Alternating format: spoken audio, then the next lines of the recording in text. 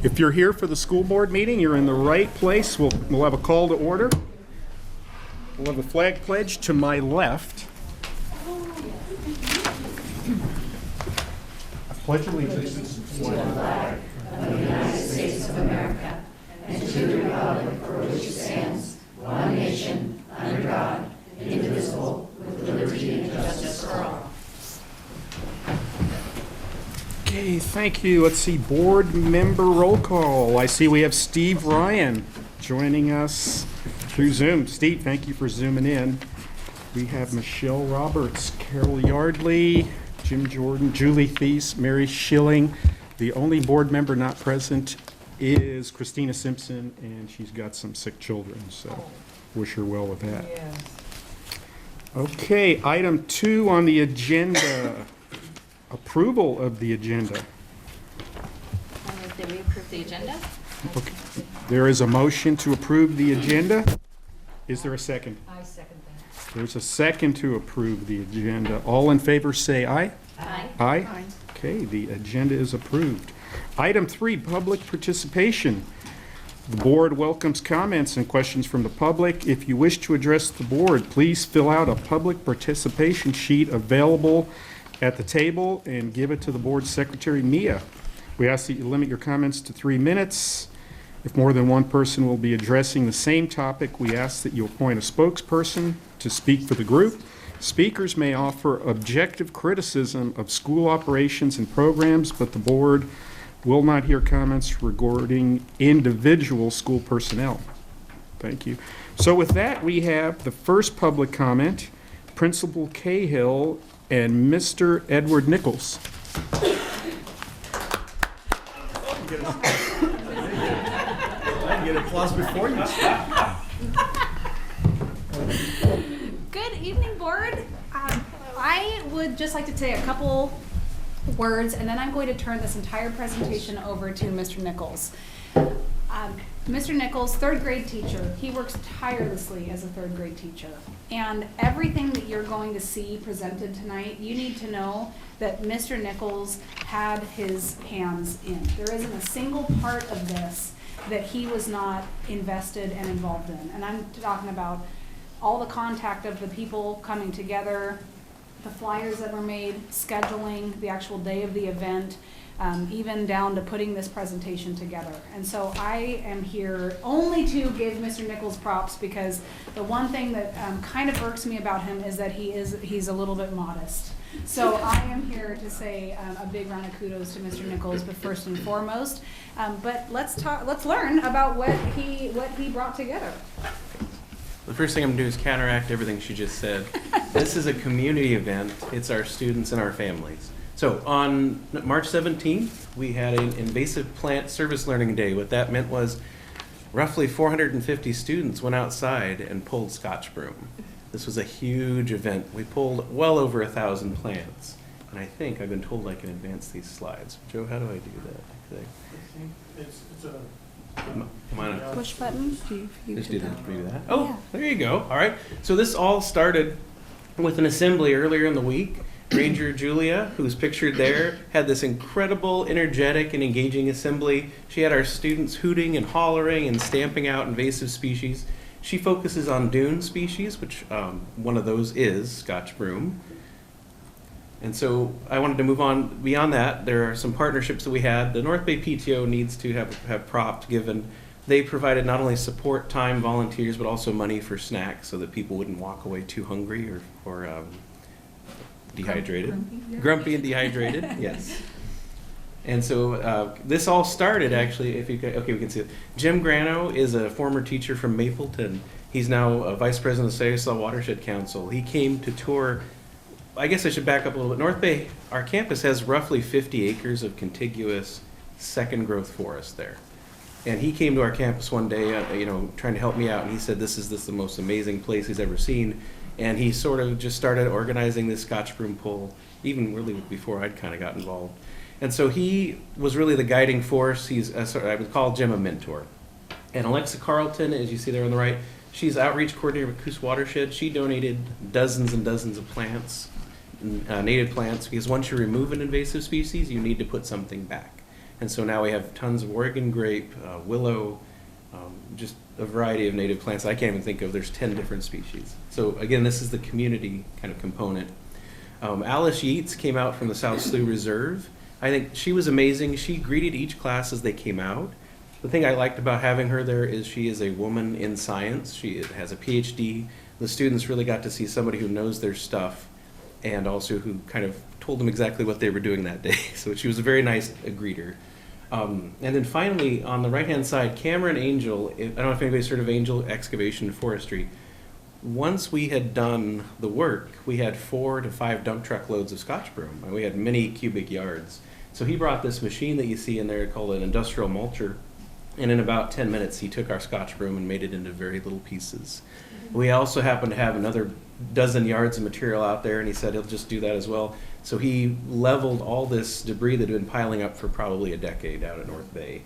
And just amazing family. I actually teach his son, so it was kind of a nice connection there.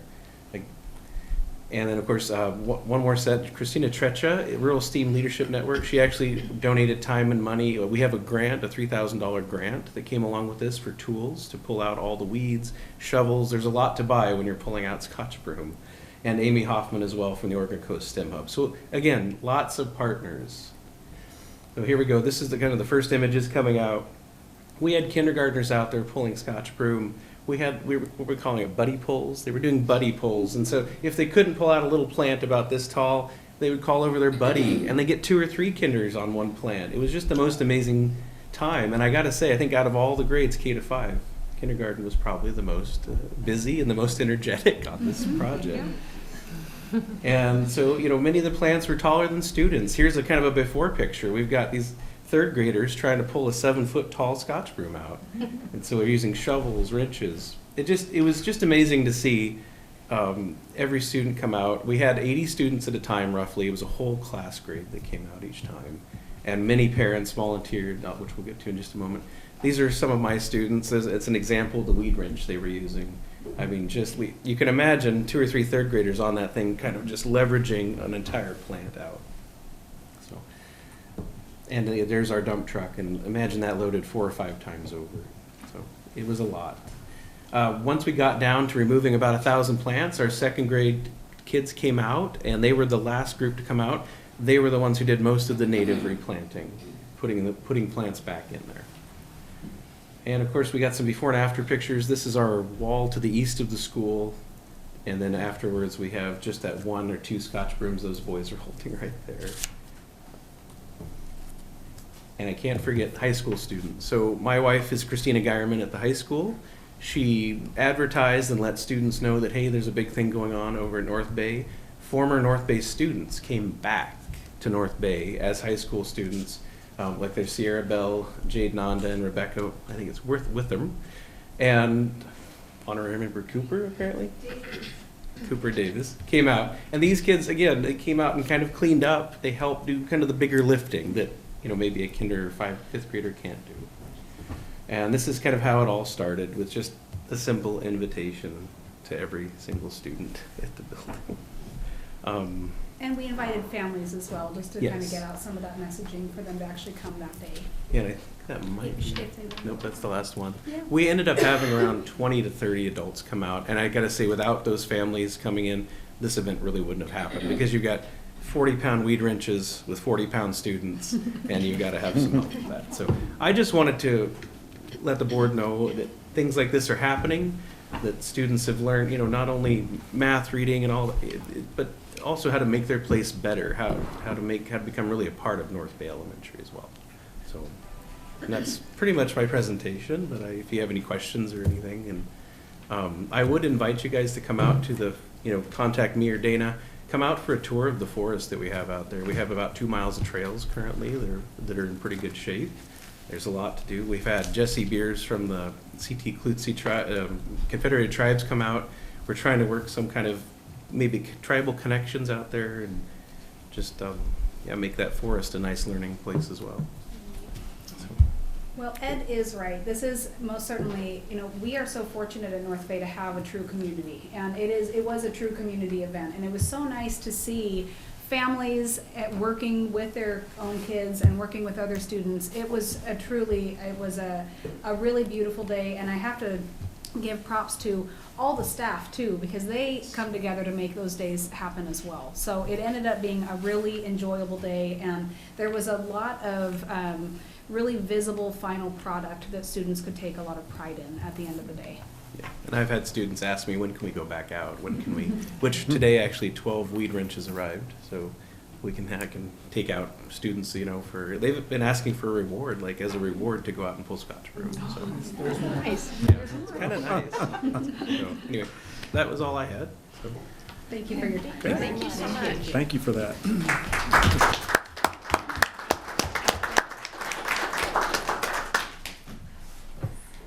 Okay, 3B, public comment from science teacher Erica Street. So Erica's making her way up. So we are definitely celebrating a little bit of science today, and so I don't think Erica was tooting her own horn. I think this got shared out that she became published over the last couple months, and so some of her colleagues I think shared this out. It's like, we need to celebrate our teachers doing outstanding work, and they're also doing work within our community. And so I invited Eric to come and just to celebrate her, but also to tell her a little bit about the research that she's been doing. And I think we gave you a copy of the article, so some great nighttime reading for you if you didn't get a chance to read that. So I'll turn it over to Erica, and thanks for joining us. Thanks for inviting me.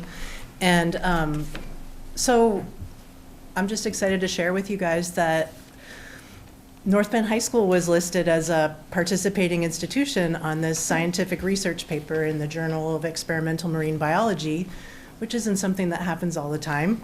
And this work I was able to participate in it during the summers at the Oregon Institute of Marine Biology in the lab of Dr. Alan Galloway under the mentorship of Dr. Julie Schramm. And my portion of the work was funded through a grant by the MJ Murdoch Charitable Trust, which also has donated almost $15,000 to North Bend High School Science Department for equipment so that our students can do similar work on our own campus. So we've bought $10,000 worth of dissecting microscopes, and we've also bought equipment for raising and doing experiments with brine shrimp. And it's been really, really great. And I just appreciate you guys, all of you, for your support of the North Bend High School Science Department and for letting me come and just share a win today. Thank you. Great. Congratulations. Thank you Thanks. so much. Congratulations. Yeah.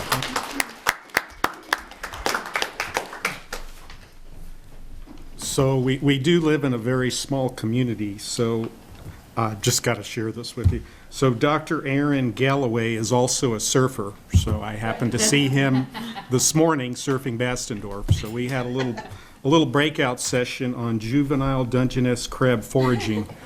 So, but I guess one thing that came up, and I asked my wife to do some research, but the 2022 season was the most lucrative ever, and I think it was $90 million worth of crab, which for this community, I think that was the Oregon coast, but a lot of that's here. It may be the biggest fishery in Oregon. I'm not quite, yeah. So, so it's quite important economically to the area. And as I pick up trash from Airbnbs sometimes, a lot of tourism comes to the coast. I think they try to catch crab, some of them themselves, and some just go buy it. But it's a thing, so it brings in a lot of folks. So this paper was interesting. So yeah. Thank you, Erica. Okay, with that we will go on. Okay, public comment. I have one from Shira Nelson.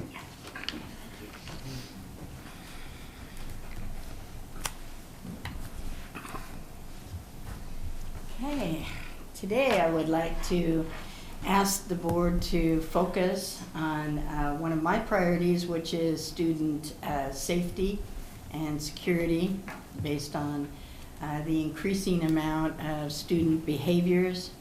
I was a past North Bend School Board member myself, and that was my highest priority. Both inside and outside of the schools is very important.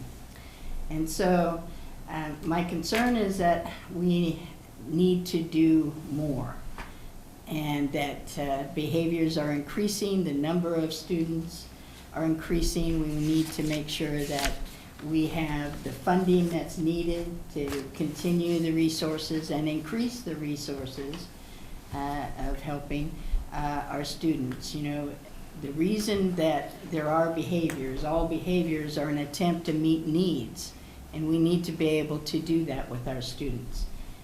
We certainly don't want to go down a path that's punitive or expulsions or any of that. We really need to work with the students to be able to help them meet their needs and communicate that, regulate their emotions, be able to problem solve in the best way possible. Failure to do that can be, an example of that is just recently there in Nashville, where a previous student had gone in and years later, and we don't want to see anything like that happen here. But we also need to work on bullying and appropriate behavior and communication with our students. We need to help everyone be able to feel very competent on how to deal with the student behaviors early on, if not proactively. And we need to be able to increase engagement with the families in our community, and that's going to take education. And what I'm hoping is that the board will find place on their agenda to be addressing this issue, because I find this to be one of the most important issues. If you know anything about Maslow, Abraham Maslow and the hierarchy of needs, if you can't meet the needs of safety and security, you cannot meet the needs of education and self-actualization and meet your highest potential. So that goes for our students, that goes for our faculty, the teachers. We all need that feeling of safety and security before anything else. And so it's very important that you as a board, I believe, focus on this as a priority and make sure that we have what we need, the resources within the school and outreach in the community, and even nationally. I'm certain that there are some schools who are doing a better job of this than others, and I think we can draw from that. I would like to see North Bend be one of the schools that people come to and say, we want to know what you're doing because you got it right. And so I think this school board can make that happen, and I'd like to see you prioritize that. Thank you very much. Thank you. Thank you, Shara. Okay, next on the agenda for communications, A, board reports and communication. Okay, your silence is... I have one Oh, item. hold on. Yes, I would like to compliment the women's, the North Bend women's golf team that won the Bandon Crossings Invitational Tournament Championship. Kevin, you'll probably be talking a little bit about I that. think our students usually cover that, so, but Anyway, yes, very good. congratulations Yes, to them. they're off to a good start. Thank you, Mary. Okay, 4B, student representatives to the board. High school representatives. Is Taylor here?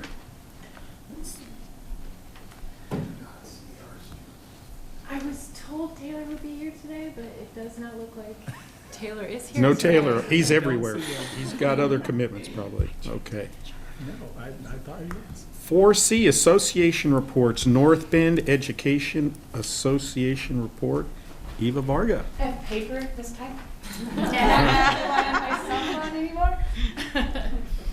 Before I jump into my report, I just want to applaud Ed Nichols, because I got my start here at North Bend School District as the elementary science specialist, and I split my time between North Bay and Hillcrest, and I had a science club after school, and one of my passion projects was getting rid of the invasive species, the Scotch broom that was surrounding me, and so I'm just so touched and heartwarmed that someone else has taken that on, and I know that good things are happening there, so that's really exciting. At the elementary level, Marathon Madness has started at each of the elementary schools. And I know Hillcrest started the week prior to spring break. And I think North Bay has either started this week or maybe this coming week, but it's underway.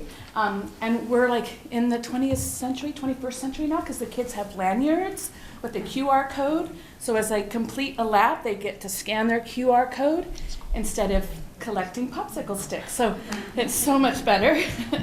And it's really great as well that the staff is participating. A lot of the teachers will go out there and run laps with them as well. So it's a building-wide activity that's promoting, wellness and health. In addition, elementary teachers would like to have more time, especially in the spring, for vertical PLCs so that they can discuss student behavior needs before those students go to the next grade level. So they can work with, third grade teachers can work with the fourth grade teachers to discuss those needs of those students. I think that's something that the staff, the teachers, would like to have more time to be able to do. Because as you've heard me say already in the past, there have been a lot of behavior issues in all the buildings. Disruptive behaviors continue frequently in the hallway. Students are disrupting classes and so forth. And so this is one thing that I think could help. So teachers just have a stronger hold, stronger knowledge of what need to be addressed for individual students. At the middle school, all the sixth graders will be going to an outdoor school in April and May. They're kind of staggered dates. And the band and choirs have also been very active. Just this week, the middle school band performed at both Hillcrest and North Bay. And I know that was very well received with the younger children, the staff, and the families that were able to attend. At the high school, the new cell phone policy that banning cell phone use in the classroom has gone into effect previously, but it seems to be working really well. Everyone's on the same page, and there's less, so some teachers, for example, wouldn't allow cell phones in their classrooms before, and if they had previously asked students to put their phone away, lots of times the students will be like, well, Mr. or Mrs. So-and-so allows me to have my cell phone. So now everybody's on the same page, and it seems like that's being received well by students, and everyone's recognizing that it's working. So that's a good thing. The CTE program has 5 teachers, and they're all working very hard, but they put in a lot of extra hours outside of the school day, beyond the 7:45 to 3:45, just working on paperwork that's mandated by the state.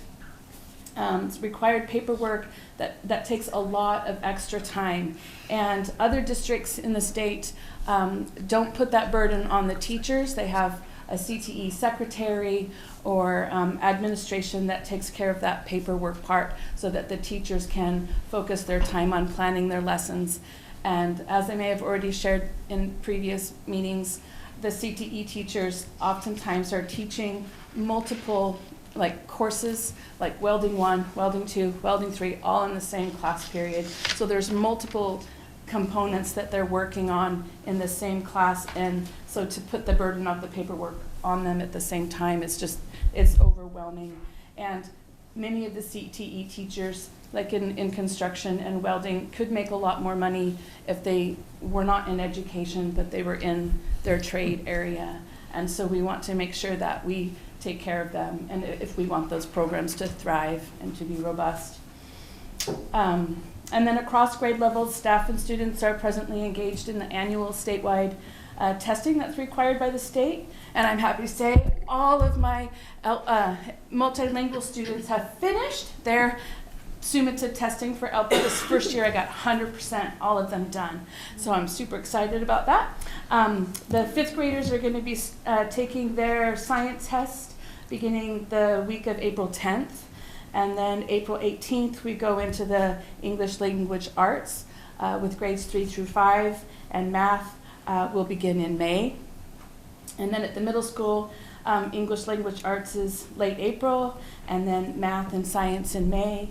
And at the high school, again, the English language arts begins first, April 10th, and then math is April 17th, and science is April 24th. So it's all kind of staggered in there. The multilingual learners do their ELPA proficiency test first. We always do ours early, usually before spring break. And the ELPA proficiency test, if you're not familiar with it, tests students' English proficiency in 4 domains: English, reading, writing, listening, and speaking. And so it has a speaking part. I don't know that any of the other state testing components have that. So that's a unique little part. Anyway, any questions? Quick question. So one of the things we wanted to have was, as a board and as more participation in the testing with less people opting out. Has that been happening this round? So we haven't started the science, the math, and the ELA. That hasn't actually started yet. And students, correct me if I'm wrong, Tiffany, but students have, families have the ability to opt out of some of those tests. Mm-hmm. The ELPA test, the one that I work with the multilingual learners, they are not allowed to opt out. And so in the past, they can refuse services if they don't want to receive ESL services from me. And so I don't have direct contact with those students. So like in like the COVID year and so forth, it was really hard to pull those students who I don't even know, to have them, okay, all of you 4 students at the high school, I need you to come over to the middle school so I can, and they're like, no, I'm not walking over to the middle school. So it's been really hard to pull them in to get that testing done. But this year, I did some testing at the middle school, but then I also walked over to the high school and said, okay, I'm testing those who've opted out. I'm testing you here in your building, so you can't just disappear on me. So I was able to get them all done this year. That's how, but the other tests, that they have that option. So I don't know if that answers your question or if I just rambled in many different directions. I don't know. Anyway, any other questions? Well, I have a question. So have we had a CTE secretary in the past at all to help? I don't think so. I don't believe we have. Not that I'm aware of, at least not in the 3 years I've returned to the district. I don't believe we have. Do we have some recommendations on how to? I can get back to you on that one. I would appreciate Yeah, that. I don't know. Well, you said you want to take care of them, but you Yeah, didn't give exactly. us like what you wanted. Yeah, exactly. That's a good point. Thank you. Yep. Any more questions? No. All right. I'll come Thank back to you. you with that one. Thank you. Thank you, Eva.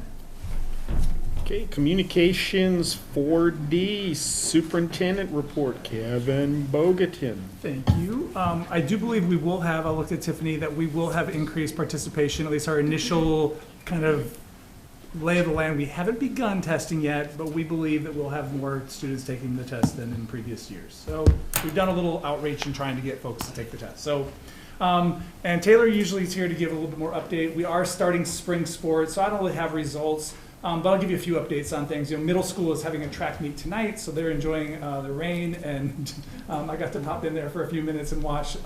That 6 teams from across the region were at a middle school track meet tonight. We have baseball and softball that have begun. Both of those programs did a spring break trip. The baseball team went to Phoenix, Arizona, attended some baseball games, and then participated in kind of a nationwide high school tournament that occurs out there. And they kind of play at different high schools, and then they get to go to some of these events later on. And so a lot of learning. I got to go to the Booster Club this week and hear them all really talk about this sort of being the highlight of their high school experience up to this point. And so they all had a really good bonding experience. Our softball team went to Redding, California, and participated in a tournament. Again, I think a huge learning curve for them around just playing different athletes.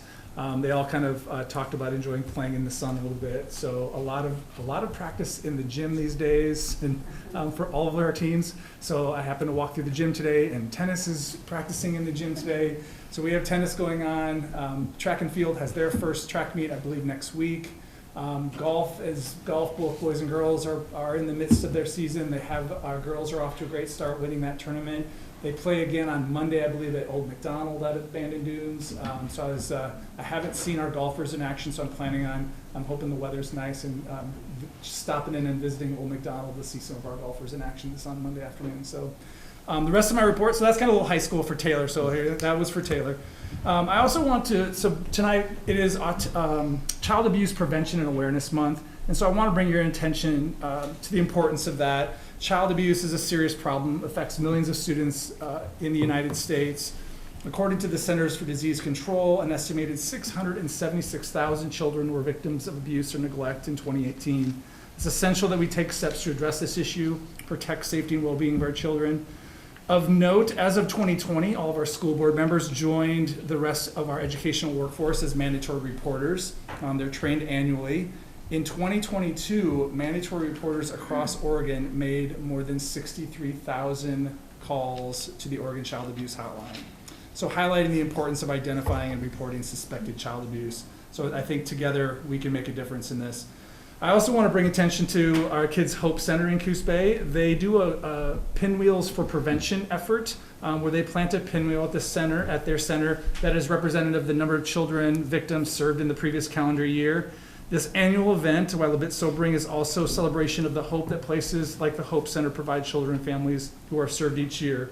If you drive by the Hope Center today, you will see more than 300 pinwheels. I think the number I heard was 331 cases from last year that they served.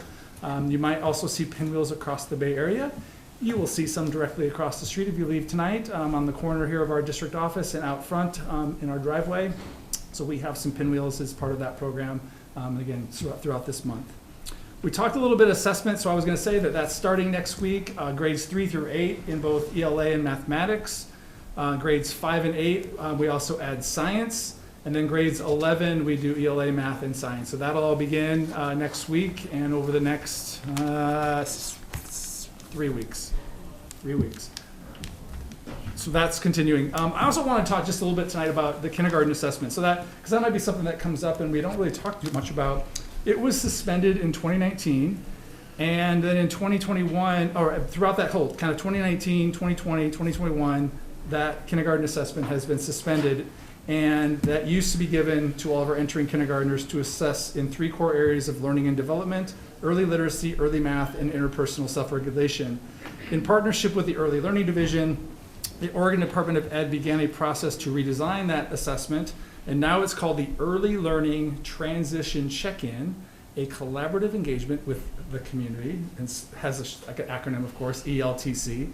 It is informed by an advisory panel that consists of diverse partners across Oregon, and input gathered during listening sessions with families represented by groups who have been historically marginalized by the school system. This reimagined process has 3 distinct purposes: to collect statewide data about children and families as they begin kindergarten, support students in building relationships with their kindergarten educators, and inform state-level decisions about Oregon's early learning system. They completed their first pilot, which included a family interview. 9 schools from across the state participated in that. Upon completion of the family interview, the department also did a kitchen table, round table feedback sessions with 90 families and 20 educators kind of as they continue this pilot. They are planning stages for its second pilot to be conducted this fall, and then the plan is to add more schools each year and improve the process until it's ready to be launched statewide. So kindergarten assessment is also kind of in the queue coming. I wanted to just give you a little update on some health. We haven't talked about COVID for a while, so I thought you might be missing a bit of that. On March 3rd, Oregon Health Authority announced that as of April 3rd, it's rescinding the provisions in Oregon Administrative Rule 339-019-1011 that required workers in healthcare settings to wear masks. So this means that those working at or visiting school-based health centers and school nurses or staff members providing services under the direction of a school nurse will no longer be required by the state to wear a mask when providing services in our school healthcare setting. I do want to let you know, though, that this school employee vaccination requirement that I guess is still in effect. There is some confusion around this, and I know COSA and OSBA are engaged with the Oregon Health Authority to get some further clarification, and that we are in a conference call today that this is still being talked about kind of amongst some attorneys and such. So I don't know where that's headed, but most of it has been on hold. I want to give you a little bit of update on the budget. Our Oregon legislature is continuing to move forward with a variety of education bills, and the governor released her budget in the last couple weeks, and pretty much announced the state school fund at $9.9 billion. At that level, the district is expecting to be able to develop a budget that results in no significant changes. So we kind of refer to it as a status quo budget. One additional grant opportunity that's included in the governor's budget proposal is $120 million to support early literacy initiatives. This investment can be used for training, time, materials, and ongoing coaching needs to integrate evidence-based literacy strategies with culturally responsive approaches. Of this investment, up to $20 million will be dedicated for literacy-focused summer programming for preschool through 5th grade for districts, and then this programming must be aligned with evidence-based strategies as well. And it will also require a 50% match from districts. So we're going to budget some money. I think we have money in our SA account and different grant funds to help support some summer learning. That is all sort of unofficial at this point. I also, this month is also Autism Awareness Month, or Autism Acceptance Month. I don't know if you knew that the prevalence of autism has risen from 1 in 125 children in 2010 to 1 in 54 in 2020. The goal of Autism Acceptance Month is to further the awareness about autism and celebrate the differences that become more inclusive of individuals with autism. This month has often been referred to as Autism Awareness Month, and the shift from awareness to acceptance to foster acceptance and to ignite change through improved support, education, and employment is part of this work. The Autistic Self-Advocacy Network, another acronym for ASAN, has been framing April as Autism Acceptance Month since 2011, stating acceptance of autism as a natural condition in the human experience is necessary for real dialogue to occur. Please join me in the district's commitment to continue to advocate and support the efforts of our teachers, support staff, and families who live and work with children on the autism spectrum. That's my report for tonight. Thank you, Kevin. That was a lot. I know, thank you. Take a breath. Hey, a couple comments on the sports traveling. Just my experience with that with the tennis team, and we would attend a tournament that was non-league, and you'd go stay overnight, and the boys really enjoyed that, and I think it broadens your horizons. Traveling someplace else to play tournaments, and you often encounter much higher level competition, and it makes you think, how did those guys get so good? And it was just a team building. It was a good thing, and I think a lot of times it involves private funding or fundraising, and it's well worth the effort. All their own. I think this is the first time they've gone since like 2008 is what I think I recall. Okay, great. Yeah, and definitely got beat pretty well. I think both our boys and girls teams, and also they basically all said they just got better throughout that those days. So they definitely expect a good season. I think the boys is definitely expecting to be top 2 in their league and to make it to state. So they have high hopes. Great. And then just on the COVID vaccination, I don't think we've heard that discussed in months and months. I know. Just to make my position clear again, I think that the teachers and classifies that as a personal decision, personal choice, whether or not you get a vaccination. And if we need to break out the exemption forms again for any reason, should that require, we will do that. So It is in the queue of our, I think it's just part of our onboarding process at this point. Okay. Thank you for the report. Good Yep. report. Okay, agenda item 5, action consent agenda items. Let's see, we have A, board meeting minutes, B, update Title IX coordinator policy, and USAC E-rate program continuation. Oh, I have a comment on B. So for Mia's document that she sent out, we're replacing the reporting name with someone who has left the district and with a new person. But I would like to bring this item back on either a work session or the agenda so we can kind of go over several items and what they mean, kind of a refresher course maybe.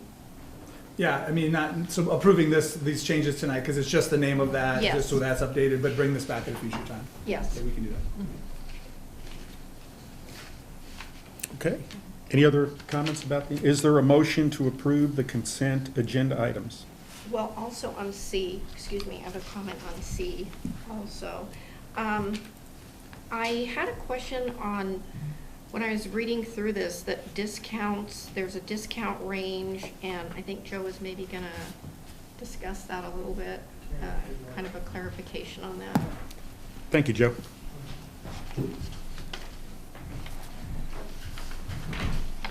Yeah, so the discounts for E-rate are based on the district's economically disadvantaged population percentage. So our district, based on that and rural schools designation for our schools, we have a discount rate of 80% on E-rate. And then there's, to double clarify here, there's a category 1, which are your normal things like internet and data services. Those, we get 80% on whatever it costs. There's no cap. So as long as it meets the criteria and they approve it, you get 80% back on whatever those costs are. The category 2, which is a lot of what is in this thing, is about category 2. And that has a cap on it. So we receive, or we're eligible to use $167 per student of our student population. And that's during a 5-year period. And so we can only, when we use that up during that 5 years, it's used up. And then we have to wait till the next cycle for those funds to renew for the next 5 years. And so this cycle started, I think last year or maybe the year before. We may have taken a year off. It was either last year or the year before, but we're in the beginning of the 5-year cycle. And so what we've been doing as a district is every 5 years, we go through the process again and update our network. Do the high school and middle school first, and then the elementary is the second year of the process. And so we're in the second year of our process working on the elementary schools. Can I ask a question? What prompted your design modification that you needed to do for, was it Hillcrest? Yeah, so one of the locations where we have equipment, there are 18 access points that feed into that rack. And both companies, all three really, but the two that we were looking at, quoted us a single switch that had ports for 8 access points. I'm not sure why both of them did it, but both of them did it, and we needed 18 ports for the access points. Nobody caught that? I did. You didn't But- tell them to change it? Well, that's what we did after, because we don't see the bids until they turn them in, so they all turn them in at the last day, and then that's when I review everything, and that's when we then start negotiating. That's where they with the catch you on a locals. change order and charge you more. Yeah, except in this Unfortunate. case, it's not really because it's before we do the contract, so it's Yeah. not really technically a change order, but yeah. But Okay. at least they were both consistent, Okay. so I didn't have a situation where like the lowest price one was because of a mistake like that. It was, both of them had that same mistake, so, So there was no penalty or change order fee? no. Okay. So just for clarification, on your C2 budget is around $383,000, but the cost came in at $510. So do we have a fund that we take that out of, or do you have to wait till that next Yeah. cycle? No, so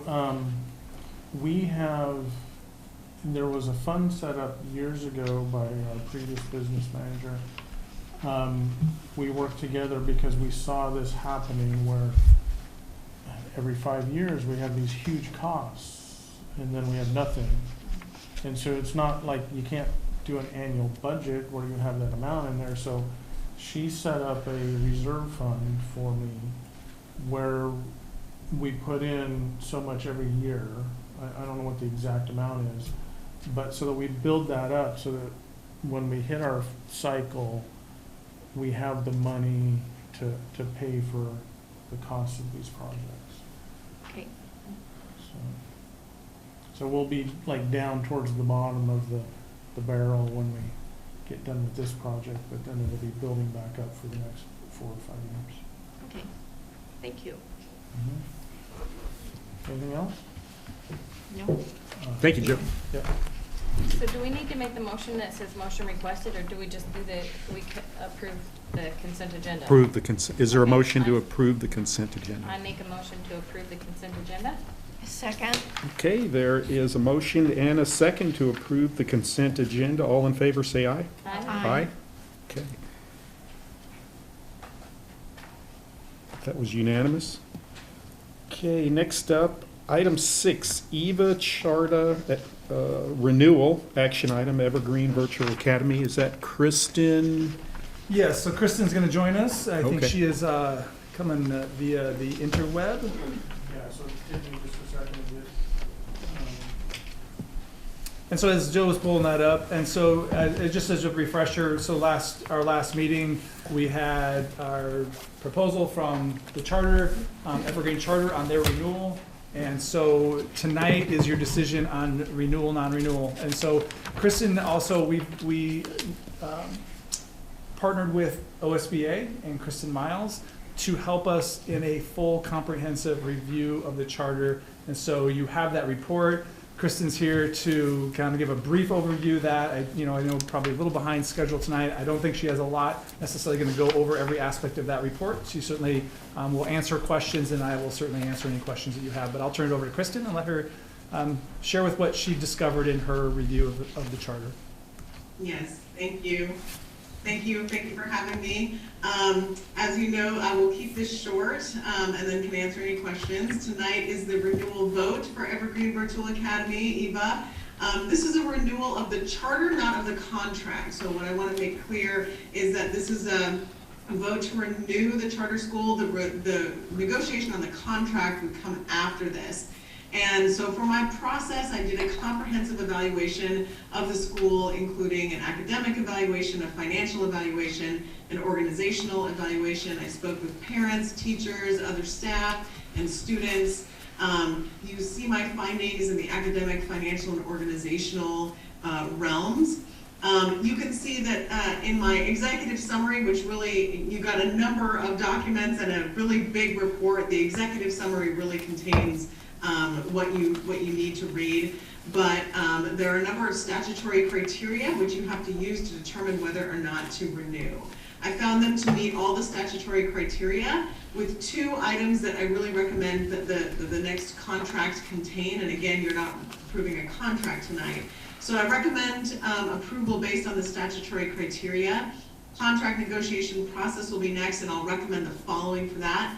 That there be a strong section in the contract for academic accountability. I believe the school should set goals in alignment with areas of growth. There have been strong areas of growth with the school, and for instance, one of the areas that needs to be noted and I think needs to be reported going forward is that while we can see that the grad rate overall is 44%, the grad rate of students who came in 9th grade or earlier and who are not credit deficient is 72%. So what I would like to see reported on more is internal data and data that shows the cohort of students moving through who have been with EVA for a while and how they are performing. So I recommend that the school report on progress annually to the district and that disaggregated data be presented in a number of ways. The school is using measures of academic progress to track growth, and internal assessment should be reused in reporting. And then I also will recommend that financial trends be closely monitored, likely quarterly. The school is in a position of growth and renewal. This requires a support and accountability. So I'm happy to answer questions about this. I will just say that that EVA was very forthcoming with information. They set up a great school visit for me. I got to poke into classrooms. I got to talk to a lot of people. It was a very cooperative and collaborative process, and and got a good look at the program. So happy to answer any questions about the process. Yeah, Kristen, thanks for the presentation. I did look at the graduation rate and have some, I guess what would be good to see, you touched on it, is the cohorts that came before ninth grade and they've been in the school longer, had a 72% graduation rate. And then I think it was 42% overall. And I guess a number of students come in for credit recovery in high school. And what would be good to see is the numbers of those, as you mentioned, broken down. So, because it kind of, I think the students that come in for credit recovery probably have had problems at other, or challenges at other high schools, and now they are at Evergreen trying to recover. And it would be good just to see the numbers broken out. Because I think that it's two different performance groups that we could take a look at.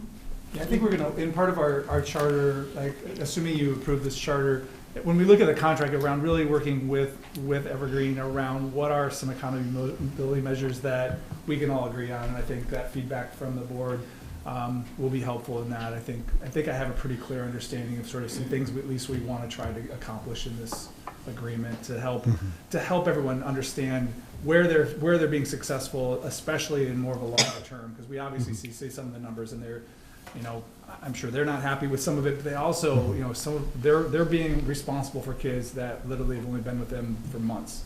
And so, I know, it's something for us to look at.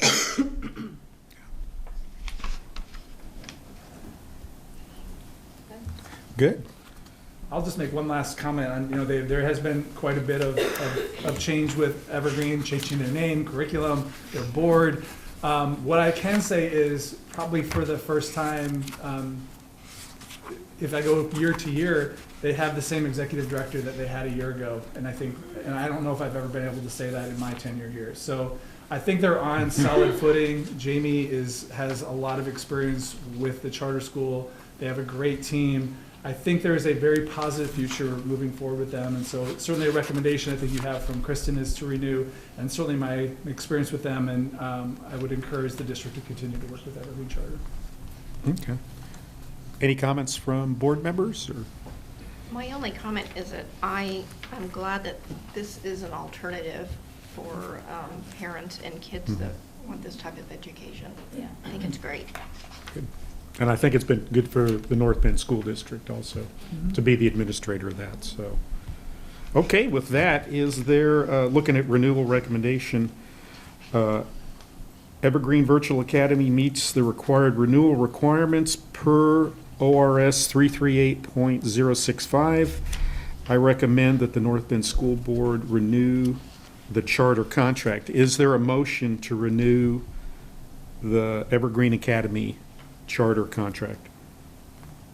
Yes, I'd go ahead and put a motion to renew the Evergreen, is it virtual? They have virtual here, is that what it, which one is? Yeah. Virtual Yes. Academy Charter Schools contract. Okay. I second that. Okay, we have a motion and a second to renew the school board charter contract, or charter. All in favor, say aye. Aye. Aye. Okay. So I think it's unanimous. Good, good. Thank you, Kristen. Thanks, Thank Kristen. you. And Thank Jamie you. and Caitlin? Thank Okay. you so much. Thank Look you. forward to working with you some more. Yes. Sounds good. Okay, item 7, 2023-2024 calendar adoption action item. Mia's been kind of helping lead this, our calendar process. Do you want to just, it's a quick change. I'll let Mia explain. There's one date change in October for 2023. It's a Friday to a Friday. It's from like the third Friday in October to the first or second Friday in October. It's just so that it matches the state's day off. So we only changed that day because it's a professional learning day, right? It's a professional learning day for teachers. In-service day. In-service day for teachers. So we just moved the date to match the state's in-service date for teachers. And that's the only date change. So on what the we entire have is calendar. correct. Yes, yes. So I do have one question about this. On the back of your document, it states non-paid day, no school 19, excuse me, the blocks that are filled in, the squares. So are they non-paid, for instance, December holiday and spring holiday? Most of those are non-paid for our staff. Okay, Like they have, I think we have negotiated, Christmas Day, New Year's Day is a negotiated holiday, but that chunk of time, the 2-week break, most of that is unpaid. okay, thank you. We end up with a total number of days throughout the year that we look at. But that's all, like, we're negotiated with both our union groups. And I could send you the calendar that shows the paid and non-paid days off too, for teachers. I think that answers it for me. Thank Okay. you. And you do see, we will be coming back, I think we talked about this next year with maybe potential future calendars with the possibility of trying to align all of kind of our school calendars around semester, trimester. So there'll be a committee working on that and come back next winter, fall, kind of by January, we set the date out to come back with a recommendation, probably for a 2-year calendar period of time. Are we gonna have hard copies of calendars?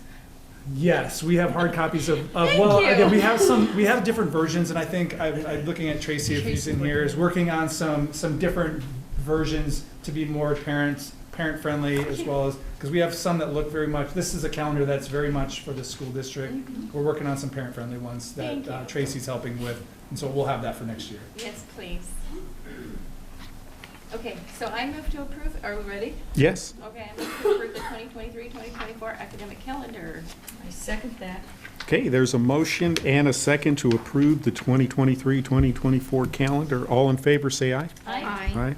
Aye. Unanimous vote to approve the calendar. Okay, next agenda item 8, math curriculum adoption information, no action. Tiffany?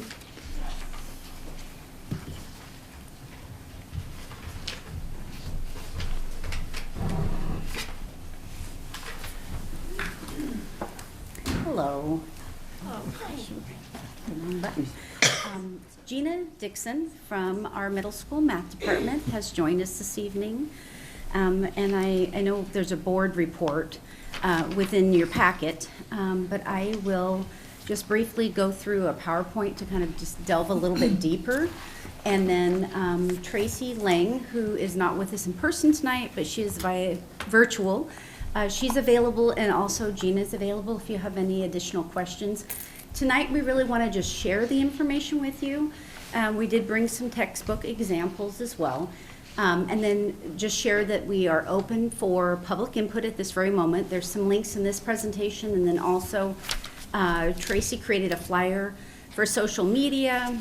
We also have announcements in the middle and high school, announcements to families. So we've got the next few weeks open for input. People can come and visit at the district office and see the materials in person. There's links, and I'll share the links with you at the end. To just give people a chance to kind of dig through and then provide some input. We have a link where they can do it online, or we can also have copies, hard copies, if they'd like to provide input that in that manner. And then at the early board meeting, assuming all the public input looks good, we would bring the recommendation of this particular curriculum forward to the board for approval for purchase, and that would be in early May, assuming the public input is positive. Either way, we'll make sure we share that input with you before you make that decision. So I'll just briefly walk through this information. For those of you that may be new, this process for our core curriculums around, and I say that I mean like math, social studies, science, and language arts. Every 7 years, the state has a cycle that we work through. They make adjustments to the standards, and typically, in terms of the math standards this go around, they made some adjustments based on the standards are based on being career and or college ready, and they were finding there's a little bit of a disconnect between the performance at the high school level across the district, across the state, not just our district, and the alignment to workforce and also alignment to the colleges. And so that's why there were some minor adjustments made, very few at the elementary, a few minor ones at the middle school, and a larger one at the high school, which I'll speak about in just a moment. The team at the Oregon Department of Education consists of educators across the state. They put a call out and ask for teachers. They also have their content experts at the Oregon Department of Ed. They join together, they put a call out to the publishers. Publishers put things forward they believe meet those new standards, and they evaluate them and provide us a list of what they deem meeting the state criteria. We have the option of going off of that list and looking elsewhere, but with that considered an independent adoption, we also have to validate that looking at an alternative option meets those state standards. We have to prove to the state that we have materials that meet those state standards and provide things like accessibility for students who may have a special need. So for example, being able to access the book online, so they may be able to have that read to them, or they can enlarge the print. So there's a variety of things there that they require, as well as being able to have a remediation option and also an enrichment option. So our students who have mastered the concept, what are some other options for them to continue their learning? And then from there, our secondary team, which is our middle and high school team, we asked them to look at the top of the list first, the ones that were kind of ranked the highest.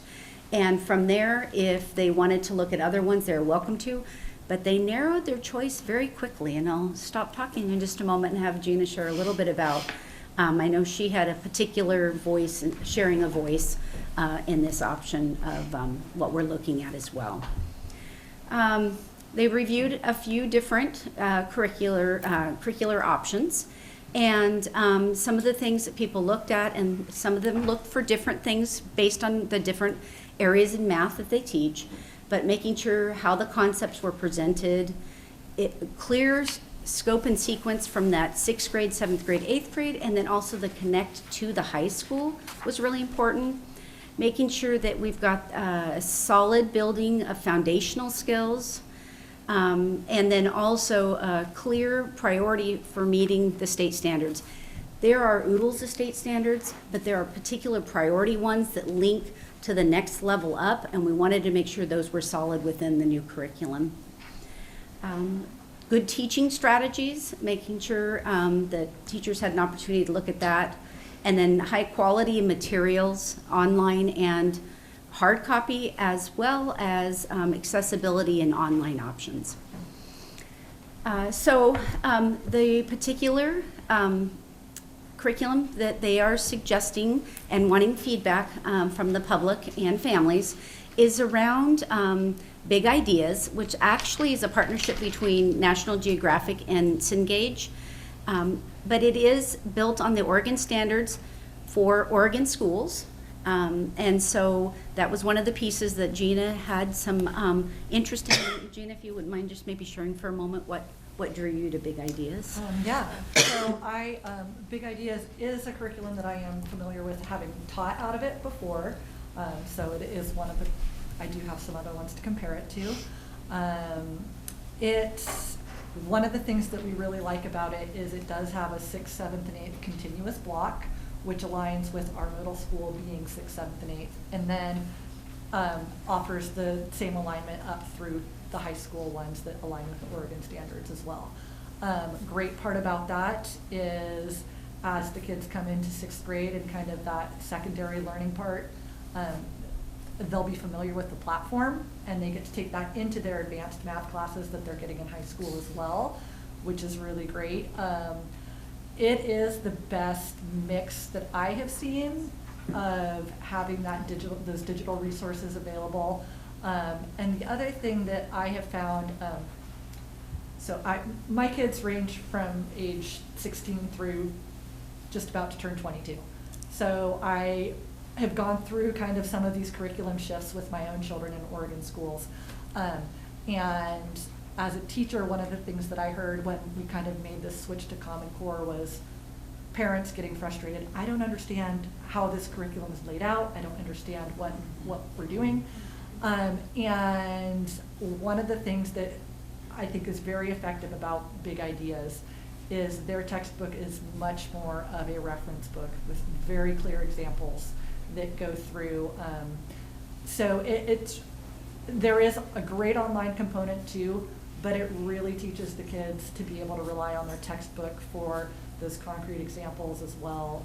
So, you know, if they did miss class or something too, their textbook is much more of a reference, which is something that is quite a bit different than what we have had during the last curriculum adoption, where our books were consumable materials that the kids could actually write in and stuff as well. This, typically the feedback that I've gotten from parents who've seen this too is they feel more comfortable trying to help their child because it's a little bit more, speaking to our generation, what we were used to growing up as far as being able to use a reference book like that. Again, it has moved forward with the digital age as well, and those are all online. They've got some really cool apps that are free, that Big Ideas Homework Help, where you can just go straight to type in, we're in chapter 6, section 1, and you can click and it will show videos of the example problems of that section. So that's really great. It does have a really great interface too. If, heaven forbid, we did have to go all online again too, it's got one of the best platforms for students being able to actually do the work from the book, but input it onto a platform where it can grade it digitally for the teacher as well. So it's really teacher friendly that way too. The other really great thing about Big Ideas from a teaching standpoint is their curriculum has teacher notes along with every single section that give you an outline of different ways you could present the material and stuff like that too. So it's great for teachers, it's great for students. Those are the big things that we talked about in our meetings that we really liked about it. Concrete examples that it's easy for the kids to go back and, you know, say, nah, I'm not sure I quite got that. So that's our biggest plug on it. It did score 100% in the state's guidelines for it, so it was highly recommended by the state as well. And again, having had some experience with it during its last publication, I thought it was a great curriculum as well. And So does Big Ideas go 9 through 12 as well with all the yeah, so algebra and geometry? It goes 6th all the way up, which is another thing that we do like to see. Are we adopting them at different years? Because this says 6 to 12 in our, but this says 6 to 8. Are we doing it all at the same time? Yep. For 6-12, we're adopting, we'll bring the recommendation in May to you. Okay. And that would be for fall of 2023. Elementary is technically open for adoption right now, but because we adopted language arts last year, we're giving our elementary folks an extra year to like dig deep into the materials and feel comfortable and really feel like they feel strong with the materials they have. So we're waiting for the elementary adoption for 1 year. And so next year we'll take our elementary folks through that process again. Will each person get a book and have access online? Yes. Or is it just online? Yes. So it's both? Both. Teacher and student, our resource room teachers, anyone that is related to the content will have their set of materials as well.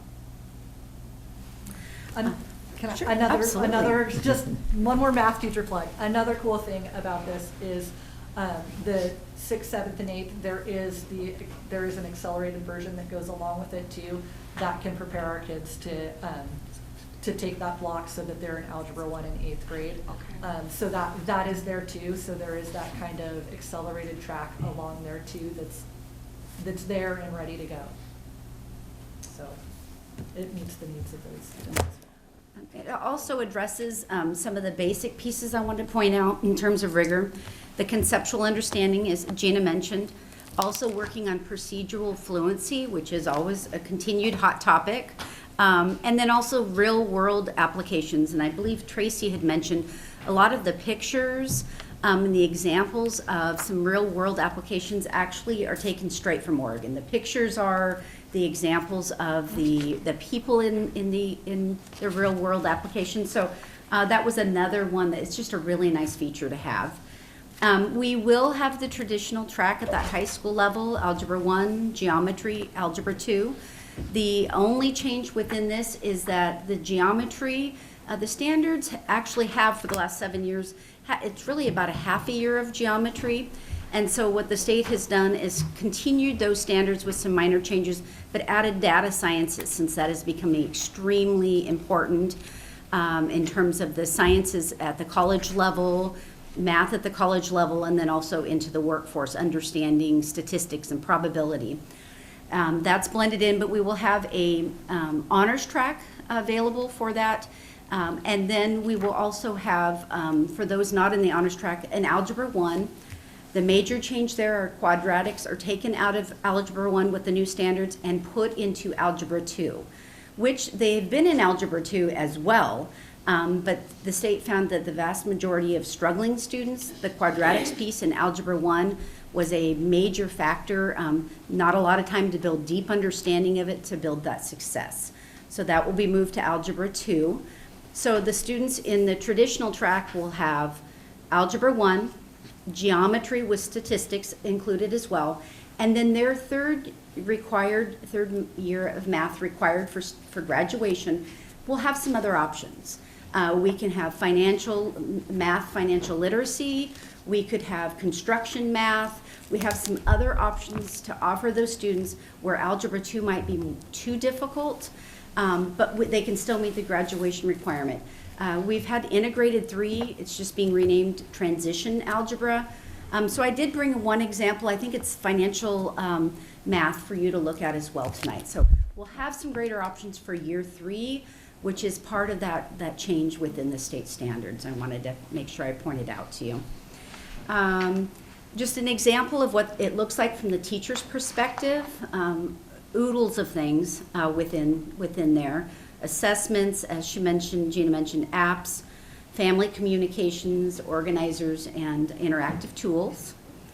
And another piece, she mentioned some apps. There's the Calc app and the Calc View, which happen at the high school level, where a student can go in, as she mentioned, Chapter 6, Section 1, and they can actually see another teacher present that concept to the students. So it might be they just need to hear it more than once, or it might be presented in a little different way, which helps make sense for the students.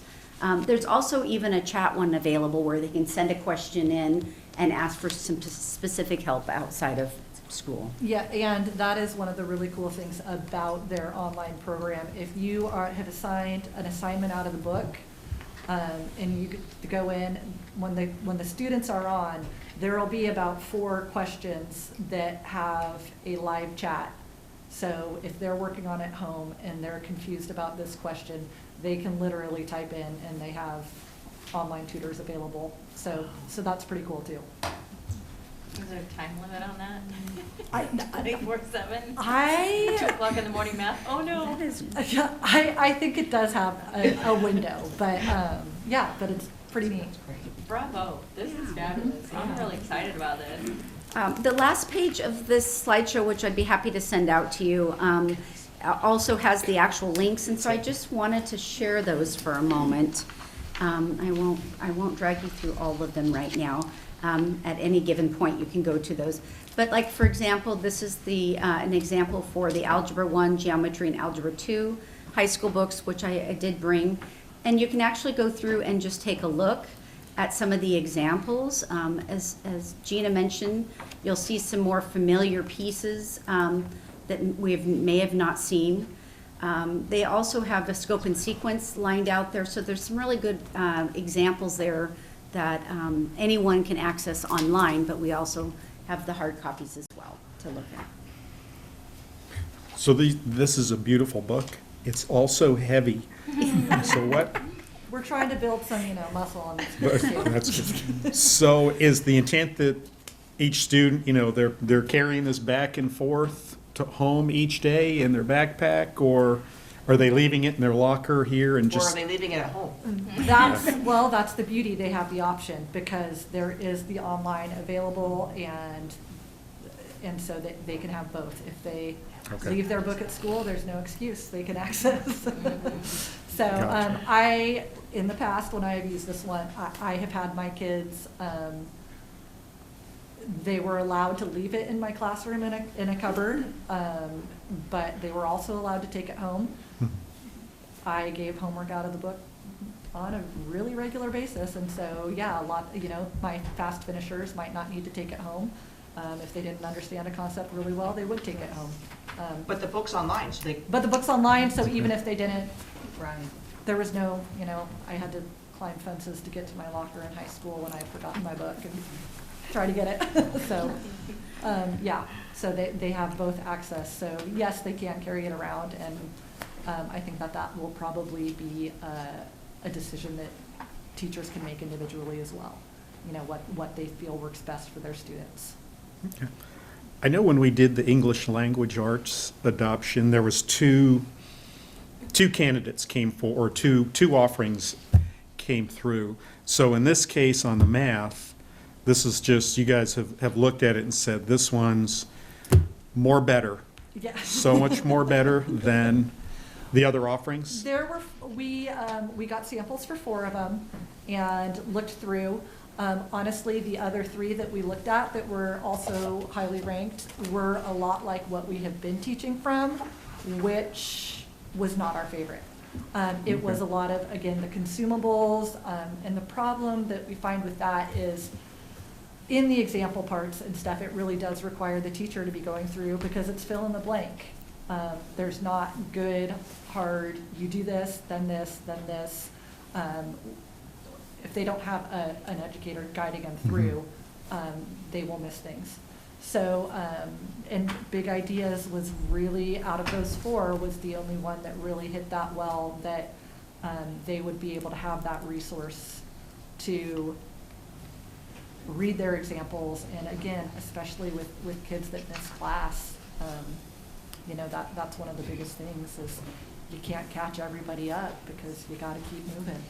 And so it's more user-friendly is really what it boils down to. And I can't speak, Sime Muth was hoping to be here tonight, but she couldn't. But one of the things she has in her math classes, she'll record her lessons as she's teaching them.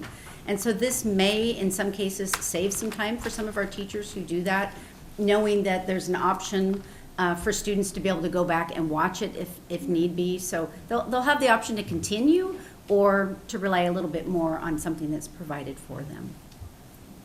Good job. Good job for sleuthing. Other questions? I believe Tracy is with us. Is that correct, Joe? Tracy, did we miss anything you'd like to add? No, I think it sounds great. I just didn't want to leave you out, coming in virtually. All right. Thank you, and we'll be back in early May with feedback and hopefully a recommendation. Okay. On the just one thing, last thing, on the public comment and getting the public involved, I think on the English language adoption, there was like one comment. Any thoughts on getting the public involved? I don't know whether it's a curriculum review committee for math, or how can you I'm sure there's somebody out there that probably has some passion to review that. It's just finding them. Yes. Well, and I will Maybe tell I'm you wrong. I don't know. Maybe not. Tracy did create a flyer and got it out on social media. We could do a little bit more in terms of generating some other thoughts. Maybe highlighting it in late afternoon, early evening at district office, getting some treats, seeing if we can get a couple of folks from middle school and high school levels. Obviously, we would welcome you as well. So we definitely could do something like that if that would be. I'd just get as much publicity for it as we could. It looks just at a quick glance, it looks like the old way, which looks very. Is it unanimous with teachers? Yeah, we really were. Yeah, I was going to say when we got those hard copies of the samples in our hands, I'm not going to lie, I was a little bit biased from the beginning, but it pretty much hands down. And again, too, if you have had your own kids go through school, I think those of us who are parents looking at this too, were like, yeah, this is what I could help my kids with.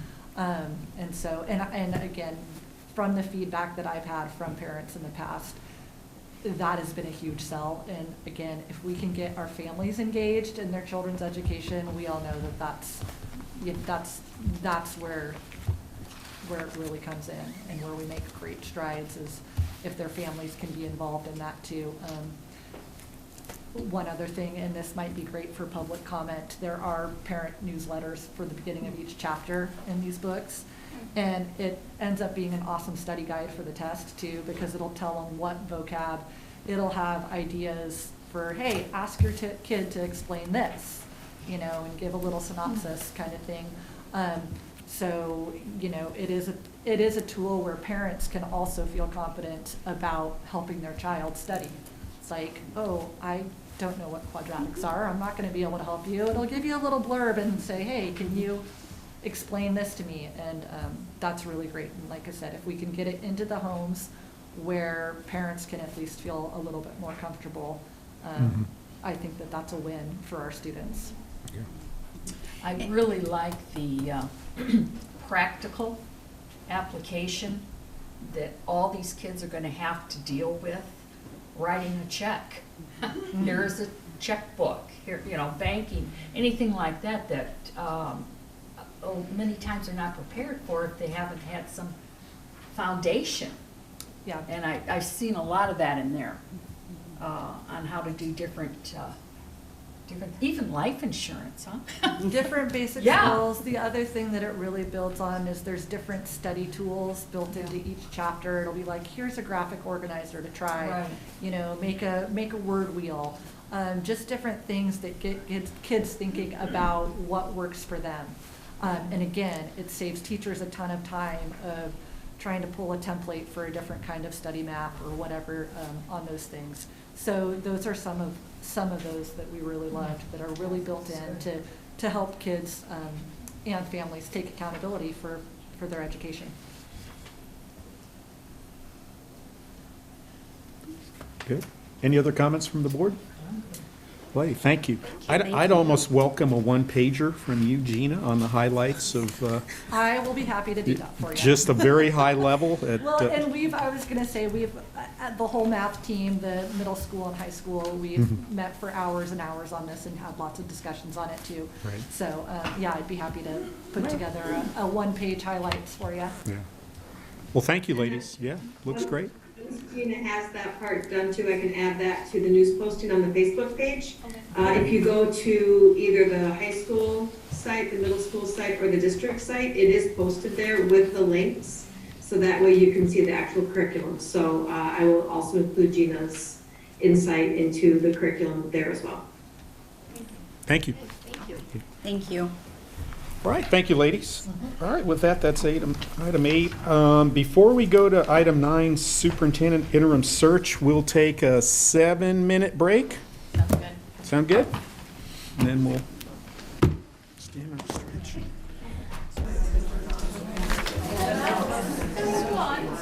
Okay. Crowd got energized with a break. That's the favorite part of the night. Okay, moving on. Agenda item 9, superintendent interim search. There are 3 actions requested of the board this evening regarding this, and they are: 1, the board will declare a vacancy in the superintendent position; 2, the board selects an interim superintendent search agency; and 3, we declare a special board meeting for next Thursday night, April 13th, to commence detailed planning with the search agency to fill the interim superintendent position. The board did receive Kevin Bogatin's formal resignation March 17th, 2023. So what I would like to do at this point is for us to declare a vacancy in the superintendent position. If I could have a motion to do that and a second. I've been making them all tonight. Is there a motion Nobody to? else wanna practice? I'll make a motion. I move to declare the North Bend School District Superintendent vacancy. Okay. I second that. Okay, there is a motion and a second to declare the North Bend superintendent position vacant. All in favor, say aye. Aye. Aye. Okay, with that, that was a unanimous vote. The interim superintendent position has a one-year term commencing 1 July 2023. Hopefully, the board members have done some of their homework and reviewed the proposals that we got from 4 search firms. And next in the agenda, we'll have each of the 4 firms will make a 5 to 10 minute presentation at the max on the interim superintendent search process they utilize. And then a big purpose of these presentations is such that the board members can ask questions, and so you understand each of the proposals so we can reach a decision tonight. So the 4 search firms that we engaged one was the Oregon School Board Association, or OSBA, Steve Kelly. 2 was Breakthrough Consulting, LLC, Dr. Robert Hess. 3, Human Capital Enterprises, and 4, McPherson Jacobson, LLC. And so what we'll do after, we'll hear those 4 presentations. There'll be some Q&A from the board, and then the board will vote to select a search firm. That's an action. And with that, are we ready to tee up the first? Oregon, is it going to be OSBA? And that should be Vince Adams. Vince Adams, okay.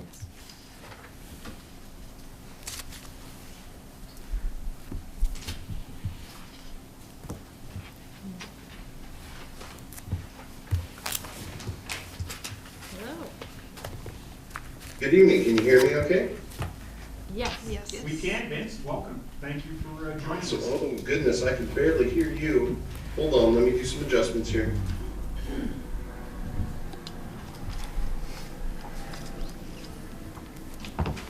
Yeah, I am turned all the way up. I can barely hear folks in the room. I don't know what happened to the audio. When I was on webinar, it was great. Can you hear us now? Barely. I'll do the best I can because I know the board has limited time. I know you're running a little late, so, and I have my own stopwatch and it's running. So, Chair Jordan, Superintendent Bogaden, the North Bend Board, thanks for having me tonight. My name is Vince Adams. I know you were expecting Steve Kelly. I'm sorry he had to be with another district this evening, and so I am pinch hitting. So I'm the newest member on the search team at OSBA. I started last year, but before starting work with OSBA, I worked at Oregon State University and was involved with faculty searches for about 7 years there. I was a search advocate, so I'm in my 10th year of doing national scale search work. I work closely with Steve Kelly. One thing I really like about our team is that Steve Kelly is a former superintendent, and I'm a sitting board member, and our administrative support is a former board secretary. And so we have an understanding of the work that the board has to do in the search process. I've sat on a board, I've gone through the hiring process, been in the seats that you're in, and I know the challenge that you're facing. So, you know, Steve, when folks reach out, Steve was under the impression that you know, they were actually, you were contracting with us, so he sent you a search calendar with a start today. And you know, normally we have a proposal document, and I'm sure that other folks have shared those with you. But I'm actually glad he showed you the search calendar because it shows you in detail how our team at OSBA approaches this work. I'm really proud of our search process. And what he's proposed is a two-step process where the board is going to have screeners come alongside the board to put extra eyes on applications, to screen applications. You will then get ample feedback from them and then go through an interview process. Optionally, you could add a third stage where you have another round of interviews if that was what your choice would be. That would push you out right up until the end of June if you wanted to go in that direction. One thing I wanted to highlight is that this is somewhat different than our regular search process. When you're doing, we would do a poll in the community and with your staff to develop qualities and qualifications, or input on qualities and qualifications. But because this is an interim process, it's abbreviated, we go ahead and start marketing the position immediately, and then do that Q&Q work as the position is being marketed. So the real question that you probably have is why work with OSBA? One of those reasons is the composition of our team and the perspectives that we bring to this work. The reality is that our process produces good applicant pools. We have had good pools in our searches this year, even though the labor market has been tight for superintendents. We do nationwide email marketing, of course, posting on our website and national websites, social media marketing, and we have our own list of potential interims or administrators that could work as interims. The last thing I want to leave with you on the why is the reason that we do this work is we're here to support you and to support your kids. And so that's our motivation in doing this work, is trying to get the best possible superintendent for your district to support your kids. So I did that in 4 minutes. I'd love to take any questions that you folks have.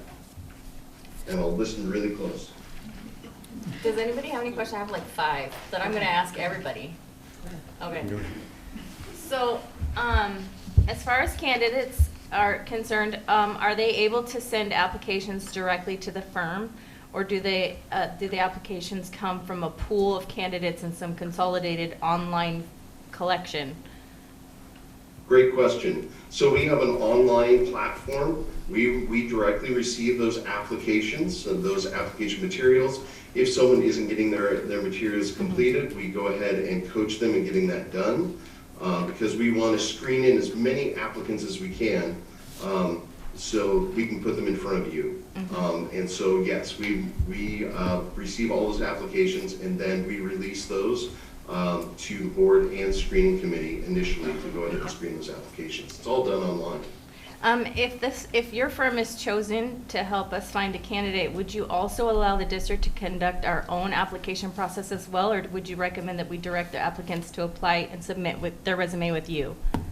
They would need to apply with us. Okay, but would you allow us to use our own process as well?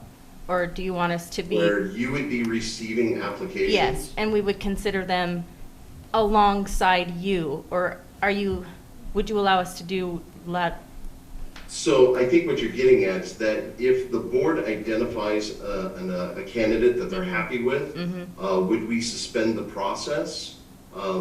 Yes, definitely. Okay. I mean, the whole point is to get you the applicant that you need. So we've done that. Okay. Yeah. And how many openings are there as far as board or superintendent positions that are open in Oregon? Currently? Yes. I don't know that number off the top of my head. And how many candidates? We're late in the search season, Okay. so things are settling out right now. Okay, and about how many candidates do you think you have right now that are in a pool? You mean the potential interim list that we have? Yes. Yes. I would say that it's probably 15 to 20 people, maybe longer. Okay. I want to be a little ambiguous there. And last question. As far as matching a candidate to a school board, would you allow or put forward, just because, say, there's only one candidate, would you allow that person, even though they wouldn't really necessarily fit our criteria, would you allow them to post for our position? This is a really important question. So the decision on choosing a candidate solely resides with the board. Okay. So I don't make those decisions. Oh, for okay. you. All right. So I would put all the applicants in front of you and the screening committee. We would get the input from the screening committee, and then the board at each step makes the decision on advancing a candidate. I don't make those decisions for you. Okay. Thank you so much. Yeah, my pleasure. Any other questions? I do have one question.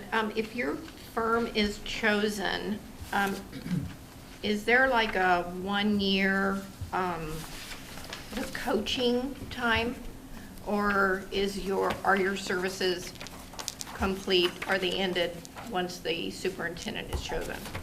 So for an interim search, so what you're probably probing at is, with our regular searches, we do guarantee them if the board and superintendent complete our transition plan, which is a minimum of 6 hours of training.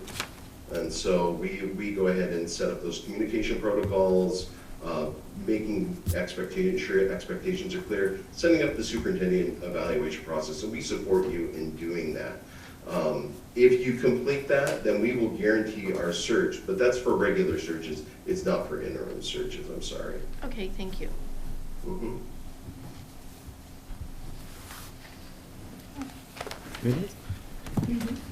Okay, Vince, I want to thank you for the presentation and the question and answer. Thank you, sir. Thank you. All right, look forward to working for you maybe in the future. Thanks much. Thank you. Okay. Thank you. Bye-bye.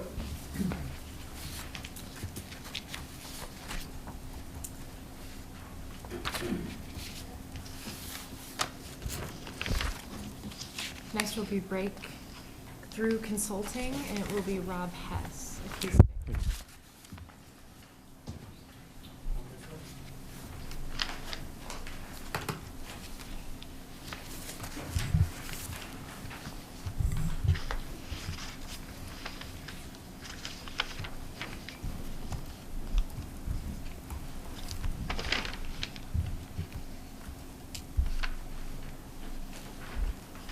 All right, thank you for good evening, and thanks for having me. So I have a brief couple of slides. I assume that you have the documents I sent, the proposal, along with a sample timeline and a reference and referral sheet. And so I will I'm going to share my screen now and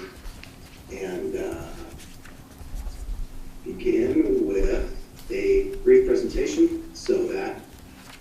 Oh, my share screening is disabled. Can the host enable that for me?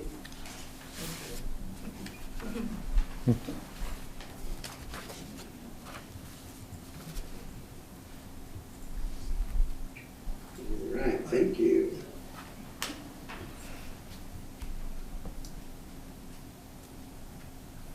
Okay, so you should be seeing on your screen there the slides, and you are who you are. This is really important that this decision that you make on who your next superintendent is going to be, the interim, even at an interim, is the most important decision you'll make this year, because this is a key hire and one of the key board's key jobs. So how can you increase your chances for success? Well, I'd like to encourage you to conduct a super search with Breakthrough Consulting. What does that look like? Well, it looks like a scope of work that you determine. So we have a menu of services we can provide, and each with a cost breakdown. And so you've seen that, and I can answer detailed questions about any of these different components when we get to the question portion of the presentation. So what makes our search different? Well, we understand who we're working for, and that's you. You control the process. And you determine the scope of work that you want done, and we provide the expertise. And this, at least a team of at least 2 experienced superintendents will provide support all along the way when we do our searches. We currently have 2 searches underway right now, Lowell School District and Days Creek School District. And so we are collecting candidates for those searches, and if you select our firm, then we'll also be marketing and encouraging candidates who are looking for positions to apply with you as well.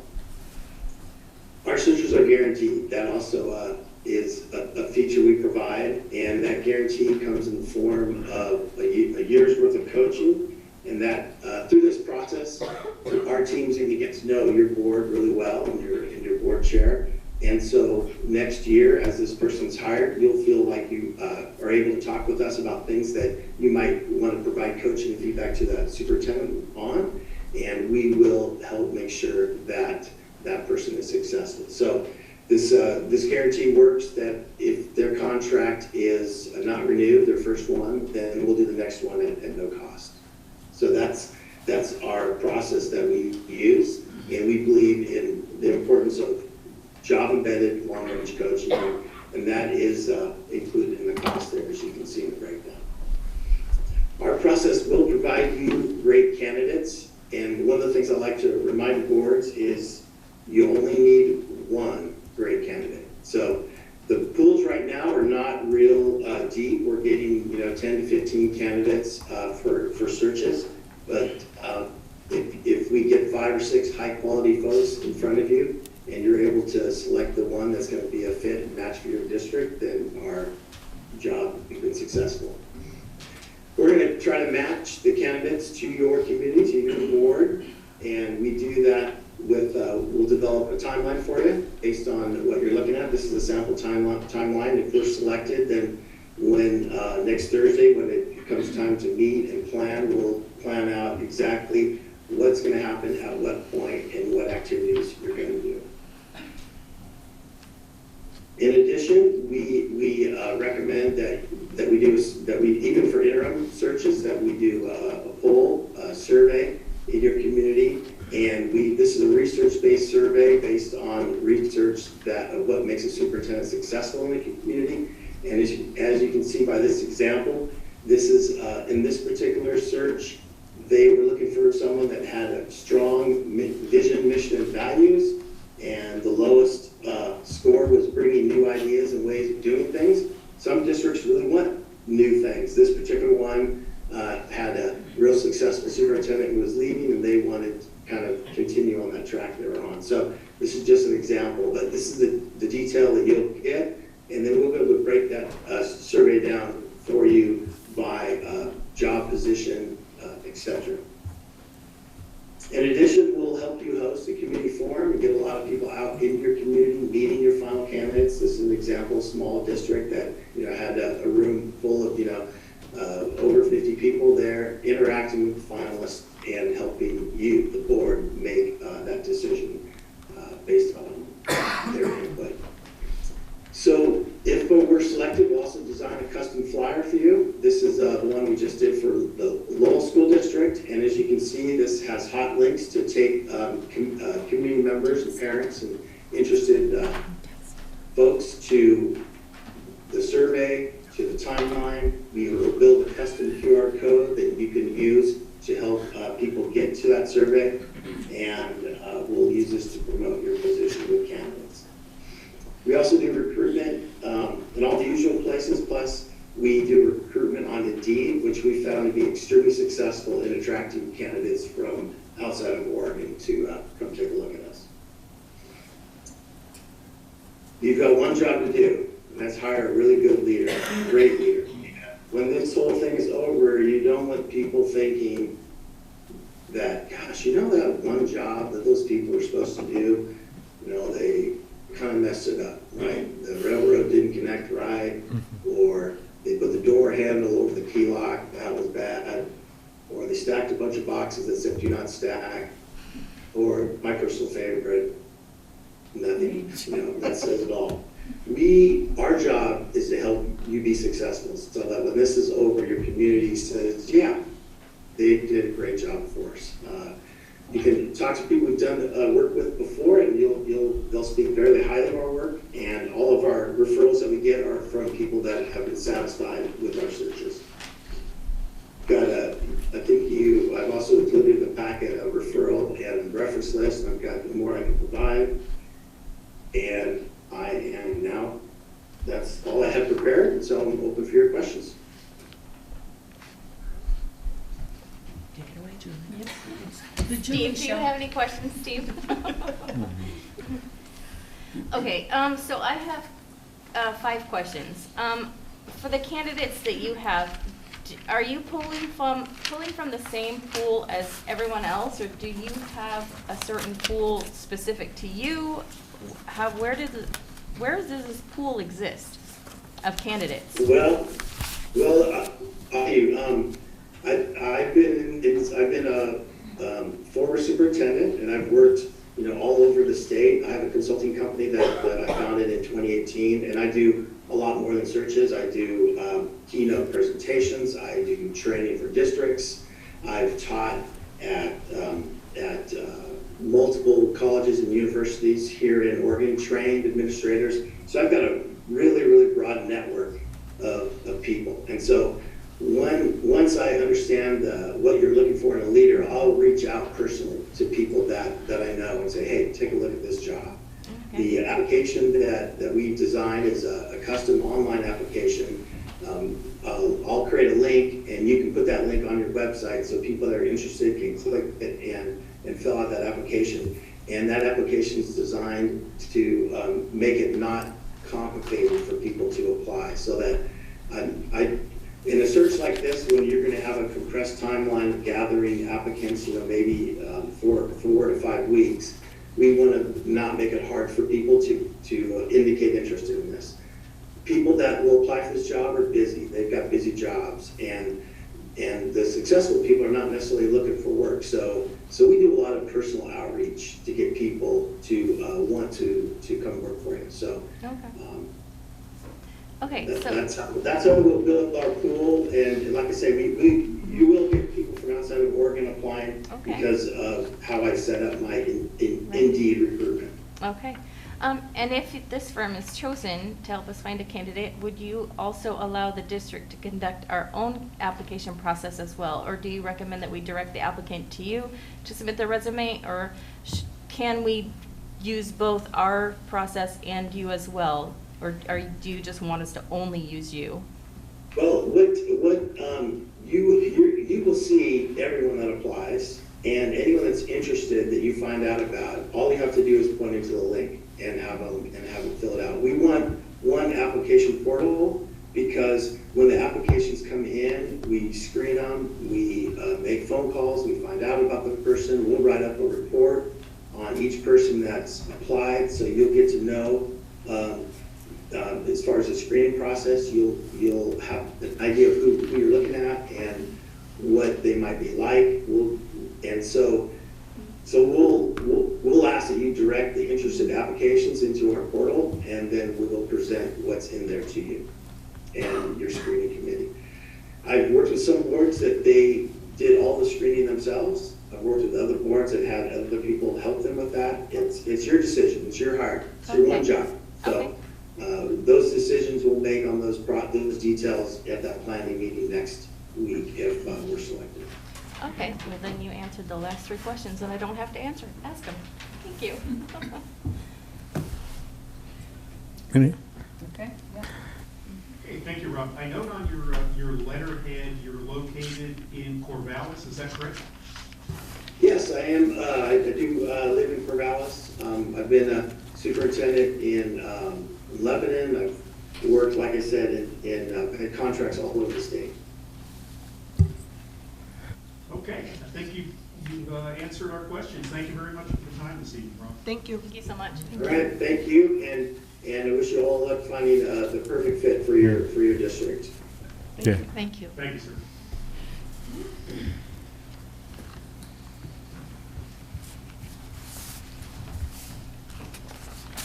Next, we have Human Capital Enterprises, and presenting for them should be Steve Webb.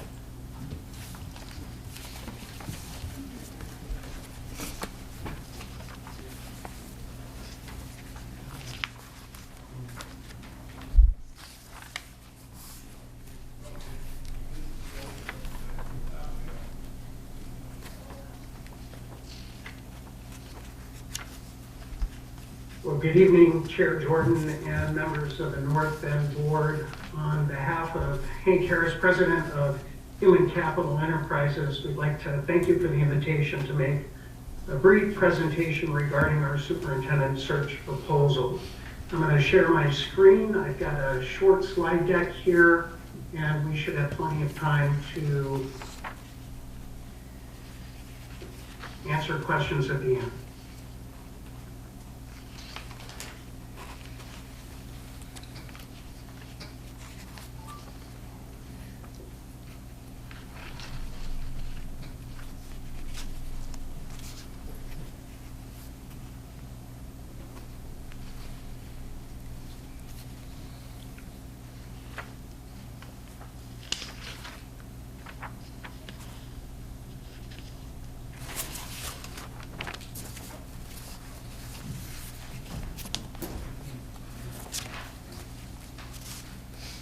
Apologies, working two monitors here.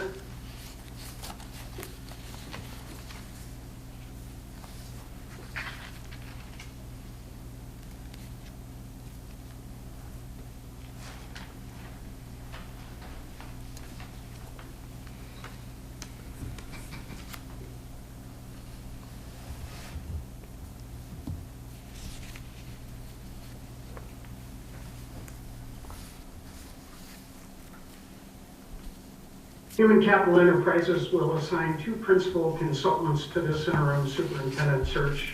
Here's my brief bio. I retired as superintendent of Vancouver Public Schools in Southwest Washington in 2021, having served 13 years in the role.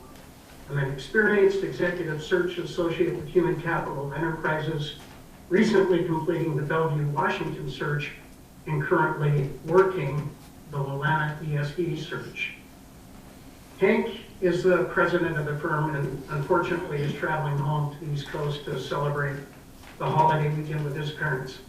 Hank is a familiar face in Oregon education circles, having served as executive director of human resources for Portland Public Schools. Human Capital Enterprises has conducted more than 25 Oregon superintendent searches, including Tillamook, Medford, Salem-Keizer, Portland, and South Coast ESD. So why Human Capital Enterprises? We're not like other superintendent search firms. We're the only superintendent search firm in the Pacific Northwest that is led by human resources professionals paired with experienced superintendent search associates, which means we're trained to provide the highest level of thoroughness, integrity, fairness, and communication in your search process. We see ourselves as true partners to the board with high investment in the outcome, ever mindful that the hiring decision rests squarely on the shoulders of the elected school board. Our commitment is paralleled by our deep understanding of Oregon and a vast national network. We do our work with exceptional quality, and that is why we are the most highly recommended superintendent search firm in Oregon. It's why districts as small as Tillamook and Riverdale and as large as Beaverton and Salem-Keizer and ESDs such as South Coast ESD and the Willamette ESD look to us as their trusted partners in leadership searches, and we aim to bring that caliber of service to North Bend. Human Capital Enterprises envisions certain milestones for this work on a clear timeline that has been pre-approved by the members of the board, and if selected, we would define those milestones on April 13th. Our search process has 5 phases: planning, engaging, recruiting, selection, and transition. Our proposed search timeline assumes an expedited process, not a truncated process. And we intend to marshal the necessary human resources from our team to exceed your expectations. So the planning phase. Human Capital Enterprise will engage with the board in an open session planning meeting, which will establish the parameters and a framework for the search. We develop a strong communication plan with the board that meets the needs of the board. There are various paths boards can take in a search, and we'll walk you through them in order to arrive at a process that is best for this board and this community. We'll also outline protocols that ensure a deep commitment to fairness and integrity in the hiring process. The engaging phase. Community engagement is a hallmark of our work, as is learning about the dreams and aspirations of the board members we serve. We'll meet directly with each board member to learn your hopes and dreams. As this is an interim search and time is of the essence, we recommend a community survey to engage the broader North Bend citizenry. The recruiting phase. In hiring a search firm, school boards not only want a trusted partner who can run a process, but who can also find exceptional talent, even in an interim search. And in North Bend's case, to entice these great leaders who match the needs and desires of the elected school board for this one-year interim role. The ability to attract candidates who may not be actively searching for a leadership role is a key hallmark of our work. Our direct email announcements are widely known by virtually every school leader in Oregon, as well as in all 50 states. In fact, they reach an audience of over 40,000 educational stakeholders across the country. In addition to that, Human Capital Enterprises reaches out to talented individuals who reflect values and priorities of the elected school board, and in so doing, we target those individuals who might not otherwise know about that vacancy. Similarly, there are candidates who might know of a vacancy who may not recognize that it is an ideal opportunity for them to consider. The selection phase. Human Capital Enterprises team will engage in multiple conversations with top prospects, including a preliminary interview and preliminary reference check. At the conclusion of the recruitment window, board members will receive a confidential leak in which they can view candidate materials. Human Capital Enterprises will then engage with the board in a slate meeting and executive session where we will offer recommendations, including articulating a rationale regarding each recommended and non-recommended candidate. As the decision-making entity, the board will collectively engage in conversations to determine whom to interview from any of the candidates who have applied.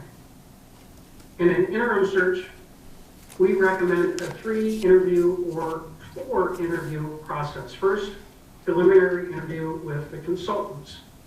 Second, first-round interview with the school board. Third, an optional community stakeholder interview. And fourth, the final interview with the school board. Each of these interviews represent a data point on a candidate. We also engage in deep dives through telephone records check and a full investigative background check on finalists. And then finally, the transition phase. We'll guide the board through the finalization process, which includes various components such as public announcement and contract development. Our valued school board partners will routinely tell you that we have far and away exceeded their expectations in all aspects of their superintendent search. Our candidates, whether they're selected for a superintendency or not, routinely tell us that we bring a level of professionalism and savvy that is unmatched by other firms.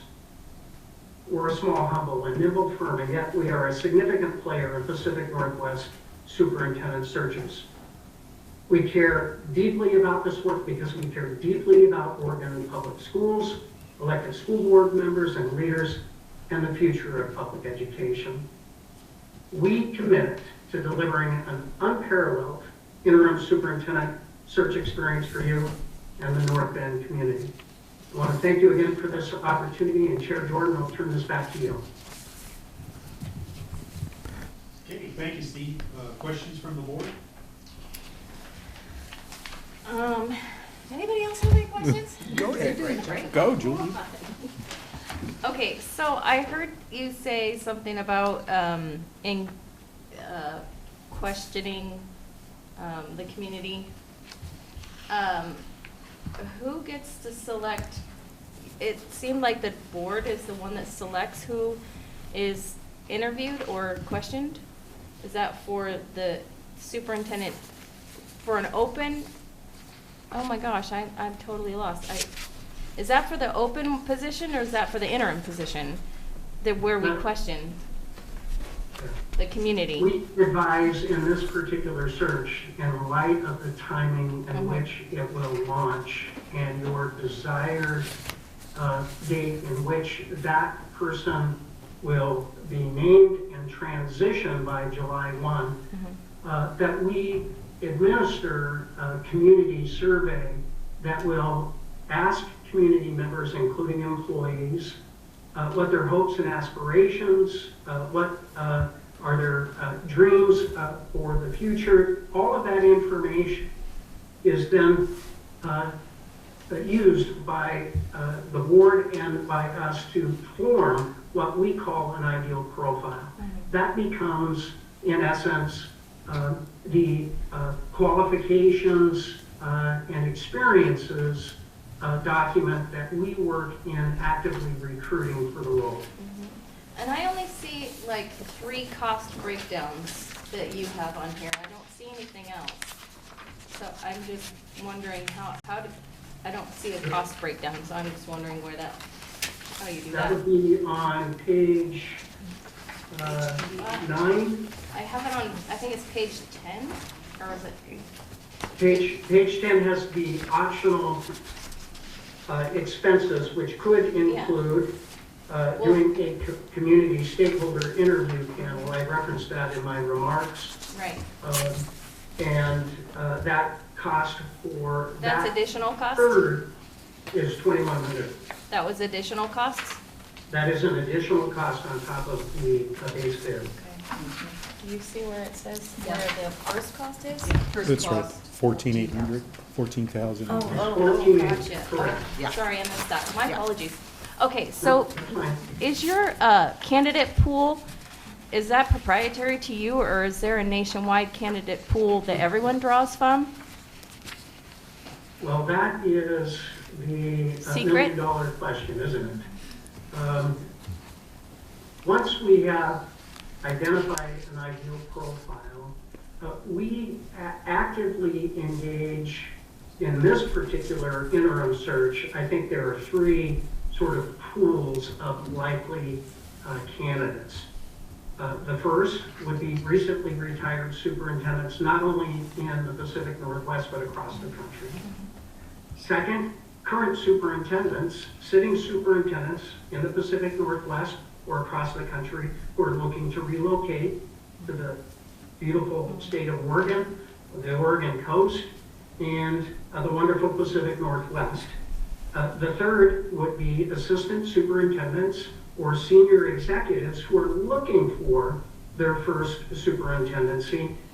This might be an opportunity for them to transition into that superintendent role, even as an interim, but create some opportunities for them as they think about their career pathway. Those are the 3 likely pools of applicants that will materialize in the search. Okay, I don't have And any of more course, questions. we have, we're actively processing working searches today in Oregon, Willamette ESD, Tillamook. So we know that in those application pools, there may or may not be a candidate that might be aligned with the ideal profile. But until that ideal profile is identified and defined, it's hard for us to say this would be a good fit and match until we know what the end point is. Okay, thank you. Thank you. Okay, thank you for the presentation and the Q&A, Steve. Take care. Wishing you all the very best in this process. Thank you. Thank you. Yeah. Good luck. Thank you, sir. Good night. McPherson and Jacobson, and it should be Doug Nelson presenting for them tonight. Possibly with Maureen Wolf helping as well, but Doug should be the main presenter.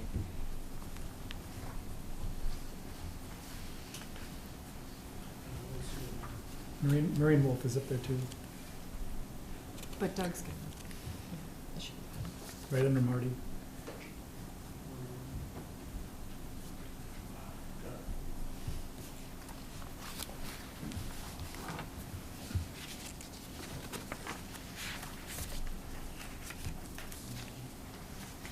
There we go.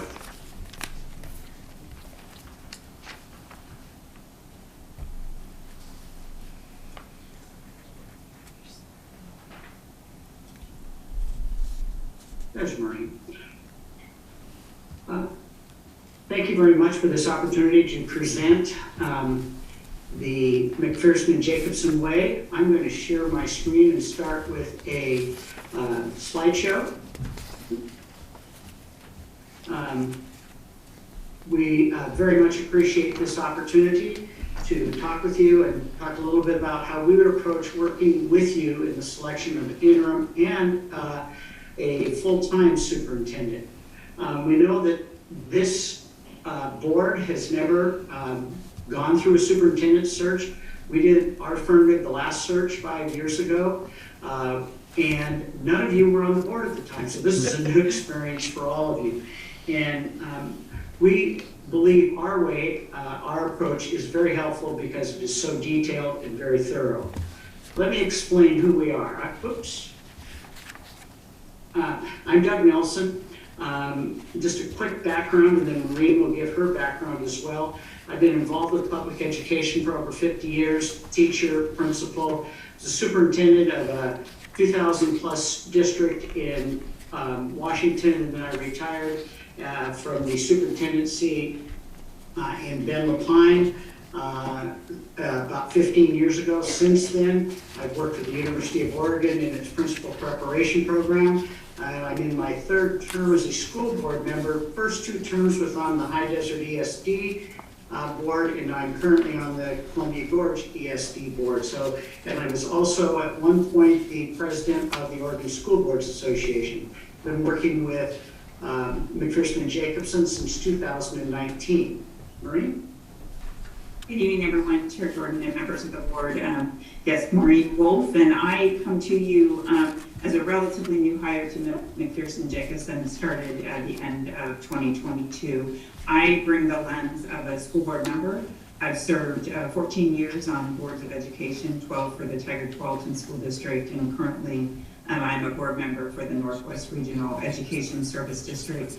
And I'm in my 10th year on the Oregon School Boards Association Board of Directors, and like Doug, in a prior year, have served as president a few years back.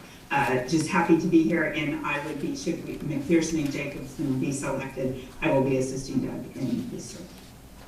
And I think you can tell we have, because of our involvement, we have great connections, particularly in the state of Oregon and IHAPS in Washington. Why us? We're a leading national firm. We conducted since our inception almost 1,000 successful searches. We're just about there. Small to large districts. We have 130 experienced consultants nationwide, 12 in the Northwest between Oregon and Washington. But what is important about us is sustainability and leadership.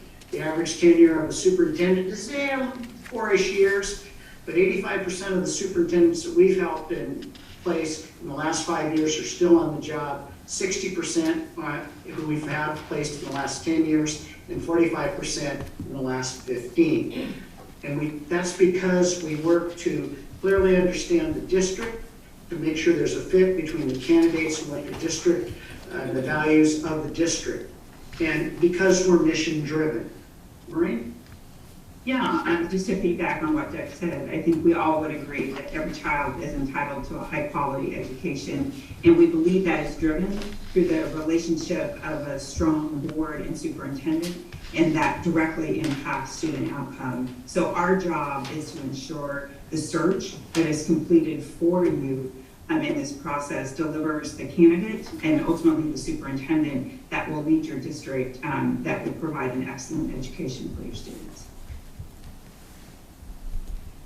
So yeah, so to continue on with who we are and who we are not. We do not hire the superintendent. That is the job of the board, as you all know. So our role truly is to serve as your consultants, to work alongside of you, to really understand what it is that you expect your next superintendent to have in terms of criteria, and skills and experience, the qualities and the characteristics, and then we deliver that talent for you to interview and then ultimately select your next candidate. And again, we take this process very seriously, and we'll talk about the phases in a second, but just again on that slide are those retention rates that Doug just shared. So where have we been working in the state of Oregon? You can see, if you take a look over the last 10 or so years, with a lot more, recently quite a bit of work, including the Newburgh schools. In the Portland area, we did a lot of work hiring principals and central office position. And then our superintendent search is going back to North Wasco. And in Southern Oregon, you can see we've successfully worked with Winston Dillard, Grants Pass, Glendale. We're finishing up Hillsborough right now, and we're just about ready to present candidates to the Glide School District in Southern Oregon. So we've done a lot of work kind of in Southwest Washington over the last few years in varying size districts, as you can see. And I led the Glide, Glendale, and Grants Pass, as well as all the Newburgh work that we have done. Investment. Now, our approach might be a little different than the other firms. We're saying we would do the interim search at no cost if you selected us to do your full search starting next year. Our cost is $9,500 for an online search. With the not to exceed, you can see is $13,600, and that $4,100 difference, basically a lot of it is for such things as advertising and some of what we have to do for online stakeholder meetings, input surveys, video interviews of candidates, as well as the criminal, financial, and credential verification background that we do on the candidates that you want to interview. If you would like us to come in person, you can see the cost would be about $1,100 per trip. That would be on top of this price. And we do have a price match guarantee. We'll match the price of any firm, and our other guarantees, a 2-year guarantee, if for whatever reason the person with whom you've contracted on a permanent basis does not work out, leaves, we will come back and do the search at no additional charge, with the exception of whatever expenses might be incurred. And Maria's going to talk a little bit about the 5 phases that we go through, and you can see where this is in your proposal that we've provided. So Marie? Yeah, thank you, Doug. So I'm going to just touch kind of high level on the phases. I know that they're discussed pretty much in depth in the proposal that was provided. So this first phase is really about spending time with you to really establish what is the criteria, what's the experience we want our future superintendent to have had, what level of education, that kind of decision making, and then those characteristics and qualities that you want to see in that next individual. As we also said, we would establish that timeline for the search, and again, this is the full search, when you want that person identified as your next candidate and when we would kick off.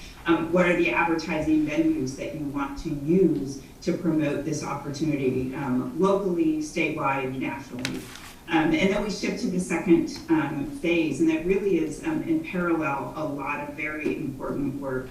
As we've defined the characters and qualities, or characteristics and qualities of the candidate, we're going to start with getting that advertisement and that promotion posted and start looking for candidates. And at the same time, we'll start our stakeholder input process. You will identify who you think is most important for us to meet and hear from them. We'll do that 2 different ways, whether that is through meetings or an online survey. And the kinds of things that we want to ask them is, what are the strengths of your community? What are the strengths of the school district? What are the issues that will be coming to the superintendent as they begin this new role? And what are your hopes for this individual as they would start this position? So we're going to be doing that work together, and then a full report will be provided for you or to you from the feedback of the community members. And then we shift gears into phase 3. And as those applicants submitted their information, we will start checking their references. That is an incredibly important part. We do it in multiple levels, as you all probably assume. The candidates are going to supply their references, so we talk to those folks, And then we ask them for additional references, and then we'll do that again, and then we'll use our own network to really vet out these candidates and provide that information to you in a feedback process, so that we really have an understanding of whether these candidates are fitting the needs that you've defined for your next superintendent. And then phase 4, we shift into the interview process. And then that can be in different phases of how you want to move forward with your finalists, and then engage your stakeholders in that process, and then the selection of your new superintendent. And that final phase really is post-superintendent hire, and then really setting those performance objectives, and then ensuring in that coming year that the communication is clear, those roles have been established, and you're off to the races on a really successful start. The interim search, we would need to meet with you to determine the full level of engagement. We think we can accomplish the search process within about 6 weeks, in going through working with you to develop the criteria and characteristics, working from that to determine how much community involvement you would want. We would begin advertising almost immediately after we've met with you, so that we could begin to attract candidates. As you've already heard, we're kind of late in the process for the search season, but I've already started checking with the Confederation of Oregon School Administrators. It kind of keeps track of particularly retired superintendents who are looking for an interim position. We would review with you then the candidates that we have been bringing forward. One of the things we do provide is what we call an online, we call it a RIV, that's the name of the company, but an online interview where we ask the candidates to address 3 questions in a short period of time. We would review those, and we'd have those available for you. And then we would determine, excuse me, got ahead of myself here. We would determine, again, what kind of engagement you want with the community. Sample timeline based on the phases Maureen just explained. You can see that we would want to start on the full process in September. We'd have a closing date in mid-December, and hopefully January and February, working through our candidates, with you having a selection of your permanent superintendent next February.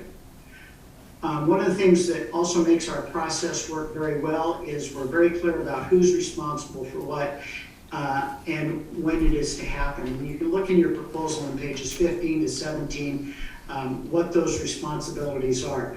We usually like to make sure that there's one board member with whom we maintain contact. It's usually the board chair, and then we have what's called a point of contact who does all the nitty-gritty detail, and it's probably somebody like Mia that would get to have that responsibility. But this really makes sure that the process moves along smoothly, and that we bring you the information so that you can have the best information possible to make the decision you need to make. This is the single most important decision you will make as a board, and we do all the work to bring that to you so that you can focus on making the decision.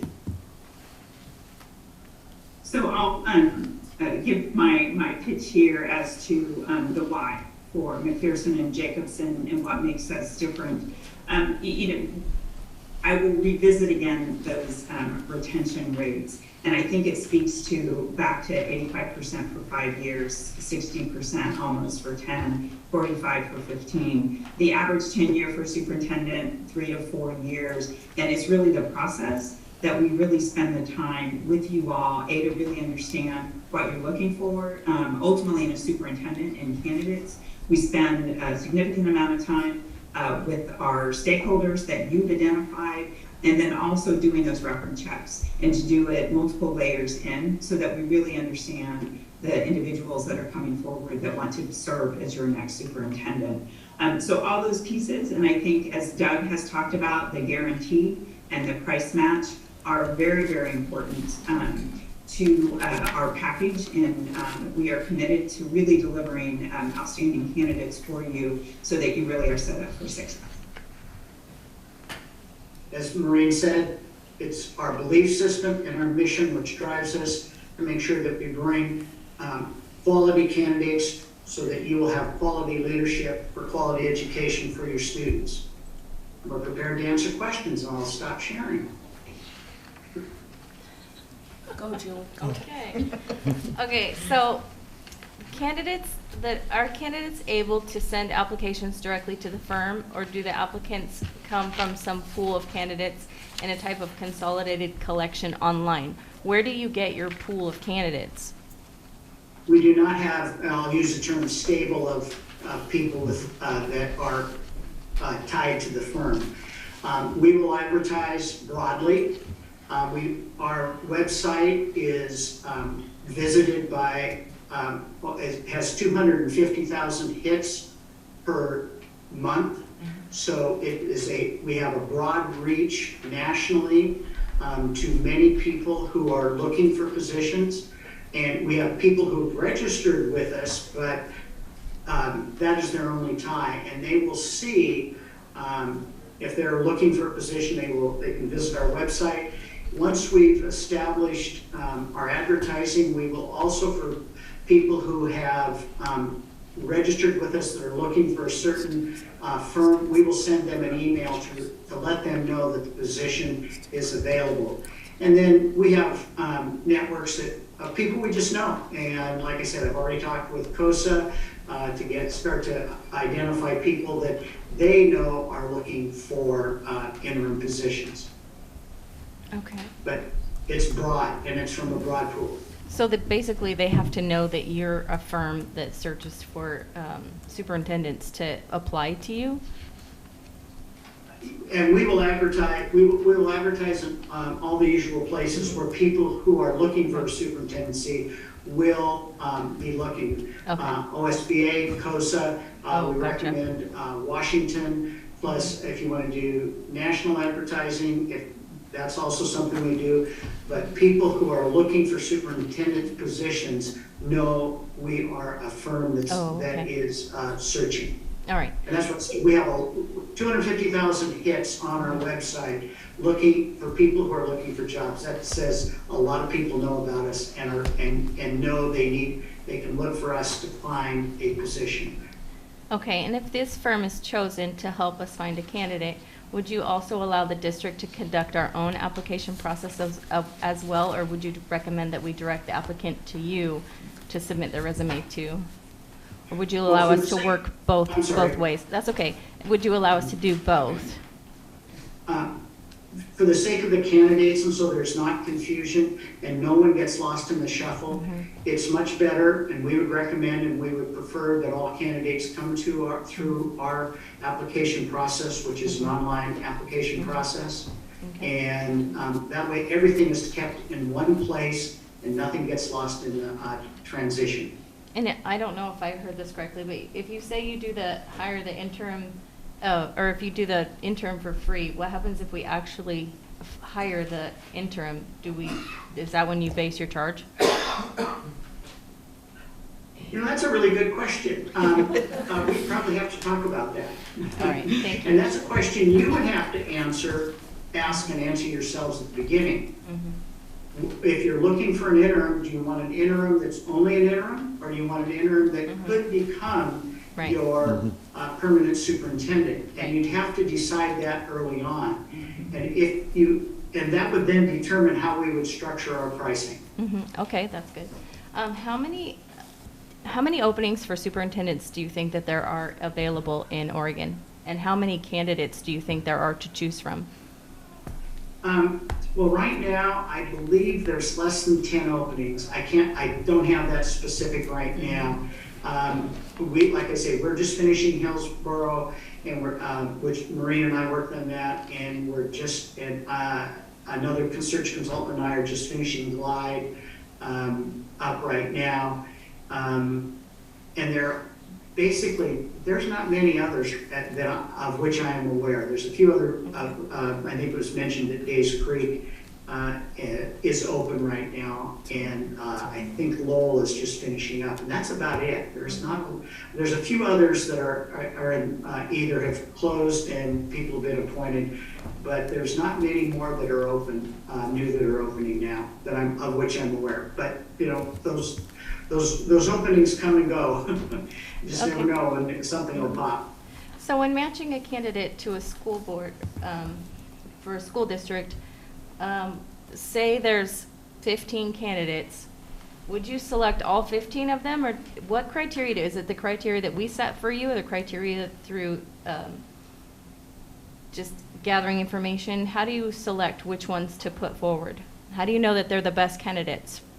Well, first of all, we will understand and your characteristics and your criteria. That's the first thing. Okay. And we'll work with you to understand that. The second thing is we'll bring our professional expertise in reviewing candidates. And so, for example, in Glide, we had 12 candidates. 12, excuse me, I'm going to use a different term, 12 applicants. We, as we start to vet the candidates, we start to understand their backgrounds and their experiences. And sometimes an applicant will turn up very quickly that there's something in that applicant's background that we do not believe they meet your criteria for whatever it is. So we will bring forward those candidates that we know meet your criteria and who, based upon a professional expertise, we know could be this next superintendent in your school district. Thank you. Thanks. Is Maureen, where are you based out of in Oregon? Just out of curiosity. Where do I live? In Tigard. Okay. And if I didn't mention, I live in the Dalles. Okay, gotcha. Tiger Hill. All right. Thank you very much for the presentation and the Q&A this evening. Thank you. Thank you. Thank you. Appreciate the opportunity. Best wishes. Thank you all. Thank you.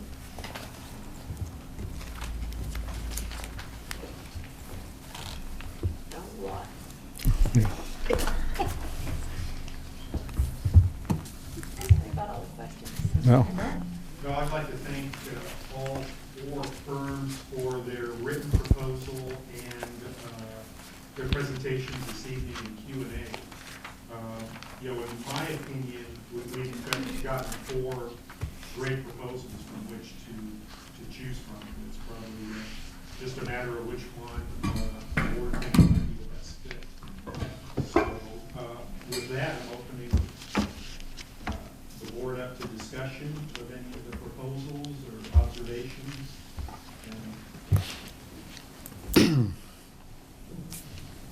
And if you want, we can also just make a motion to pick one of the four. Well, I like the PTC and Breakthrough Consulting.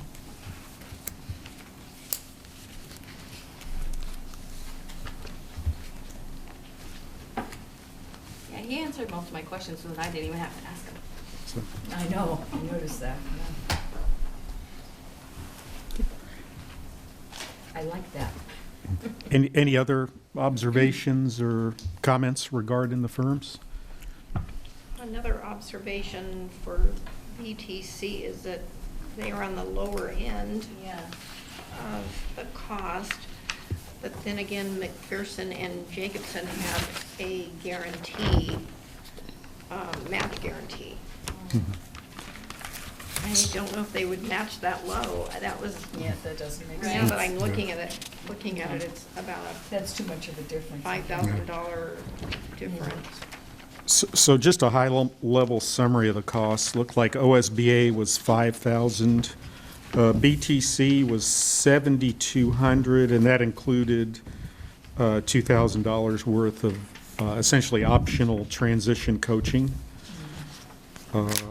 HCE was $14,800, and then McPherson Jacobson was $35,600. And they also offered the cost option for the interim. So. Yeah, and then which price would they end up giving us if we, I don't know, it's up in the air of what we gonna pay them. So Jim, on OSBA, what is the price you have there? Because I see their price is $99.75. I think that was for the full search, but for the interim search, it was $5,000. Okay. Total invoice expenses shall not exceed $5,000 unless approved in advance by the North Bend School District. But don't we have to consider the whole search? Well, I think I mean, at this time, really, the scope of work is to This get is a for the interim. placement for the interim. One good point that did come up in the Q&A is, on the interim position, is this strictly interim, or is this an interim that could be the permanent? So I do have one, budget question, just to throw it out there. Budget-wise, should we spend the money to do this, or should we just do our own? What's the best path for us financially and candidate-wise? I mean, personally, I think, I don't know if I'm supposed to say this, I would rather just kind of look from within and hire within than to maybe use a firm. That's just my opinion. I'm just open for discussion or not. Maybe I shouldn't have said anything, but. No, it's a fair comment. Personally, I think it's worthy of a search firm. Okay. Using a search firm. We've got a relatively short time frame, Right. timeline to get this completed in. And I think, it's worth utilizing an agency for this purpose, one of these four.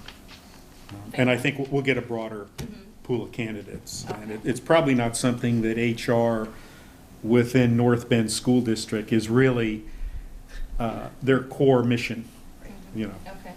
Yeah, I don't think we have anyone on staff that would currently be kind of prepared to do this kind of search. Okay, that's fine. That's fair.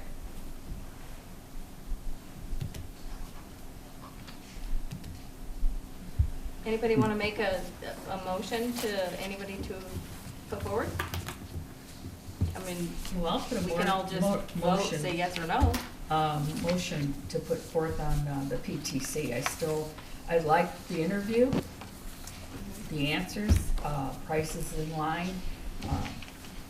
Yeah, I don't have a problem with that one. I like that one. So. Okay, so there's a motion to utilize Breakthrough Consulting LLC, and that was Rob Hess, the second offering. Is there a second? I'll second that. Okay, so there is a motion and a second to utilize Breakthrough Consulting LLC. Okay, why don't we do a roll call vote on this? All in favor of using Breakthrough Consulting LLC, and we'll start with Michelle. That's it. At one eye, 2 ayes. 2 ayes. I'll go aye. So that's 3 ayes. Aye. 4. Mary? I will go with Breakthrough Consulting. Okay, there's 5. Steve? I was looking at McPherson Jacobson, but that's my call on that one. Okay. Yay or nay on Breakthrough? I'll say nay on Breakthrough. Okay. For comment, so we are, what are we, 5 ayes to 1 nay, so Breakthrough Consulting LLC is the selected firm. Okay, with that, we've done that. Next thing, what we need to declare a special board meeting for April 13th, 2023. That's next Thursday, to commence detailed planning with the search agency to fill the interim superintendent position. So is there a motion to declare a special board meeting? I make a motion to declare a special board meeting on April 13th at 6 p.m. Location, where would we do that? I don't know, it's just. District office? Yeah, district office. District, yeah. Yeah, I'm guessing you won't have a huge turnout for that. Yeah, okay. Okay. I'll second that. Okay, so there's a motion and a second to declare a special board meeting for next Thursday, April 13th, 2023, to commence detailed planning with the search agency Breakthrough Consulting LLC. And with that, I think Would you like it in person? in terms of us, our outreach to him? I think that would be more better. Yeah, I think that I would just be. want to make sure we'll request that to him. to be- Yeah, yeah. Good point. Thank you, Kevin.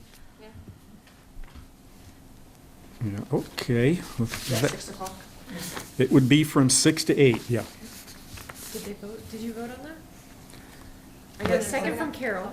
Yeah. Sorry. Oh. Yes. Good call. Yeah, good call. So yes, there's thank you, Mia. There's a motion and a second for the special board meeting. All in favor on the 13th of April, next Thursday, at the district office, and requesting Rob has to be in person. All in favor, say aye. Aye. Aye? Aye. Okay, 6-0, it's unanimous. Okay, with that, we complete item 9. Item 10, anything else on this? Any comments, or are we good? I think we're good on item 9. All right, item 10, board comments. I just want to thank all the firms that put a presentation and endured my questioning. Okay, thanks for that. Item 11, information. We have the special board meeting next Thursday, board work session the 20th. I know one thing we'll want to look at is our key performance metrics at the 20th meeting. With that, I think we're ready to agenda item 11, adjourn the meeting.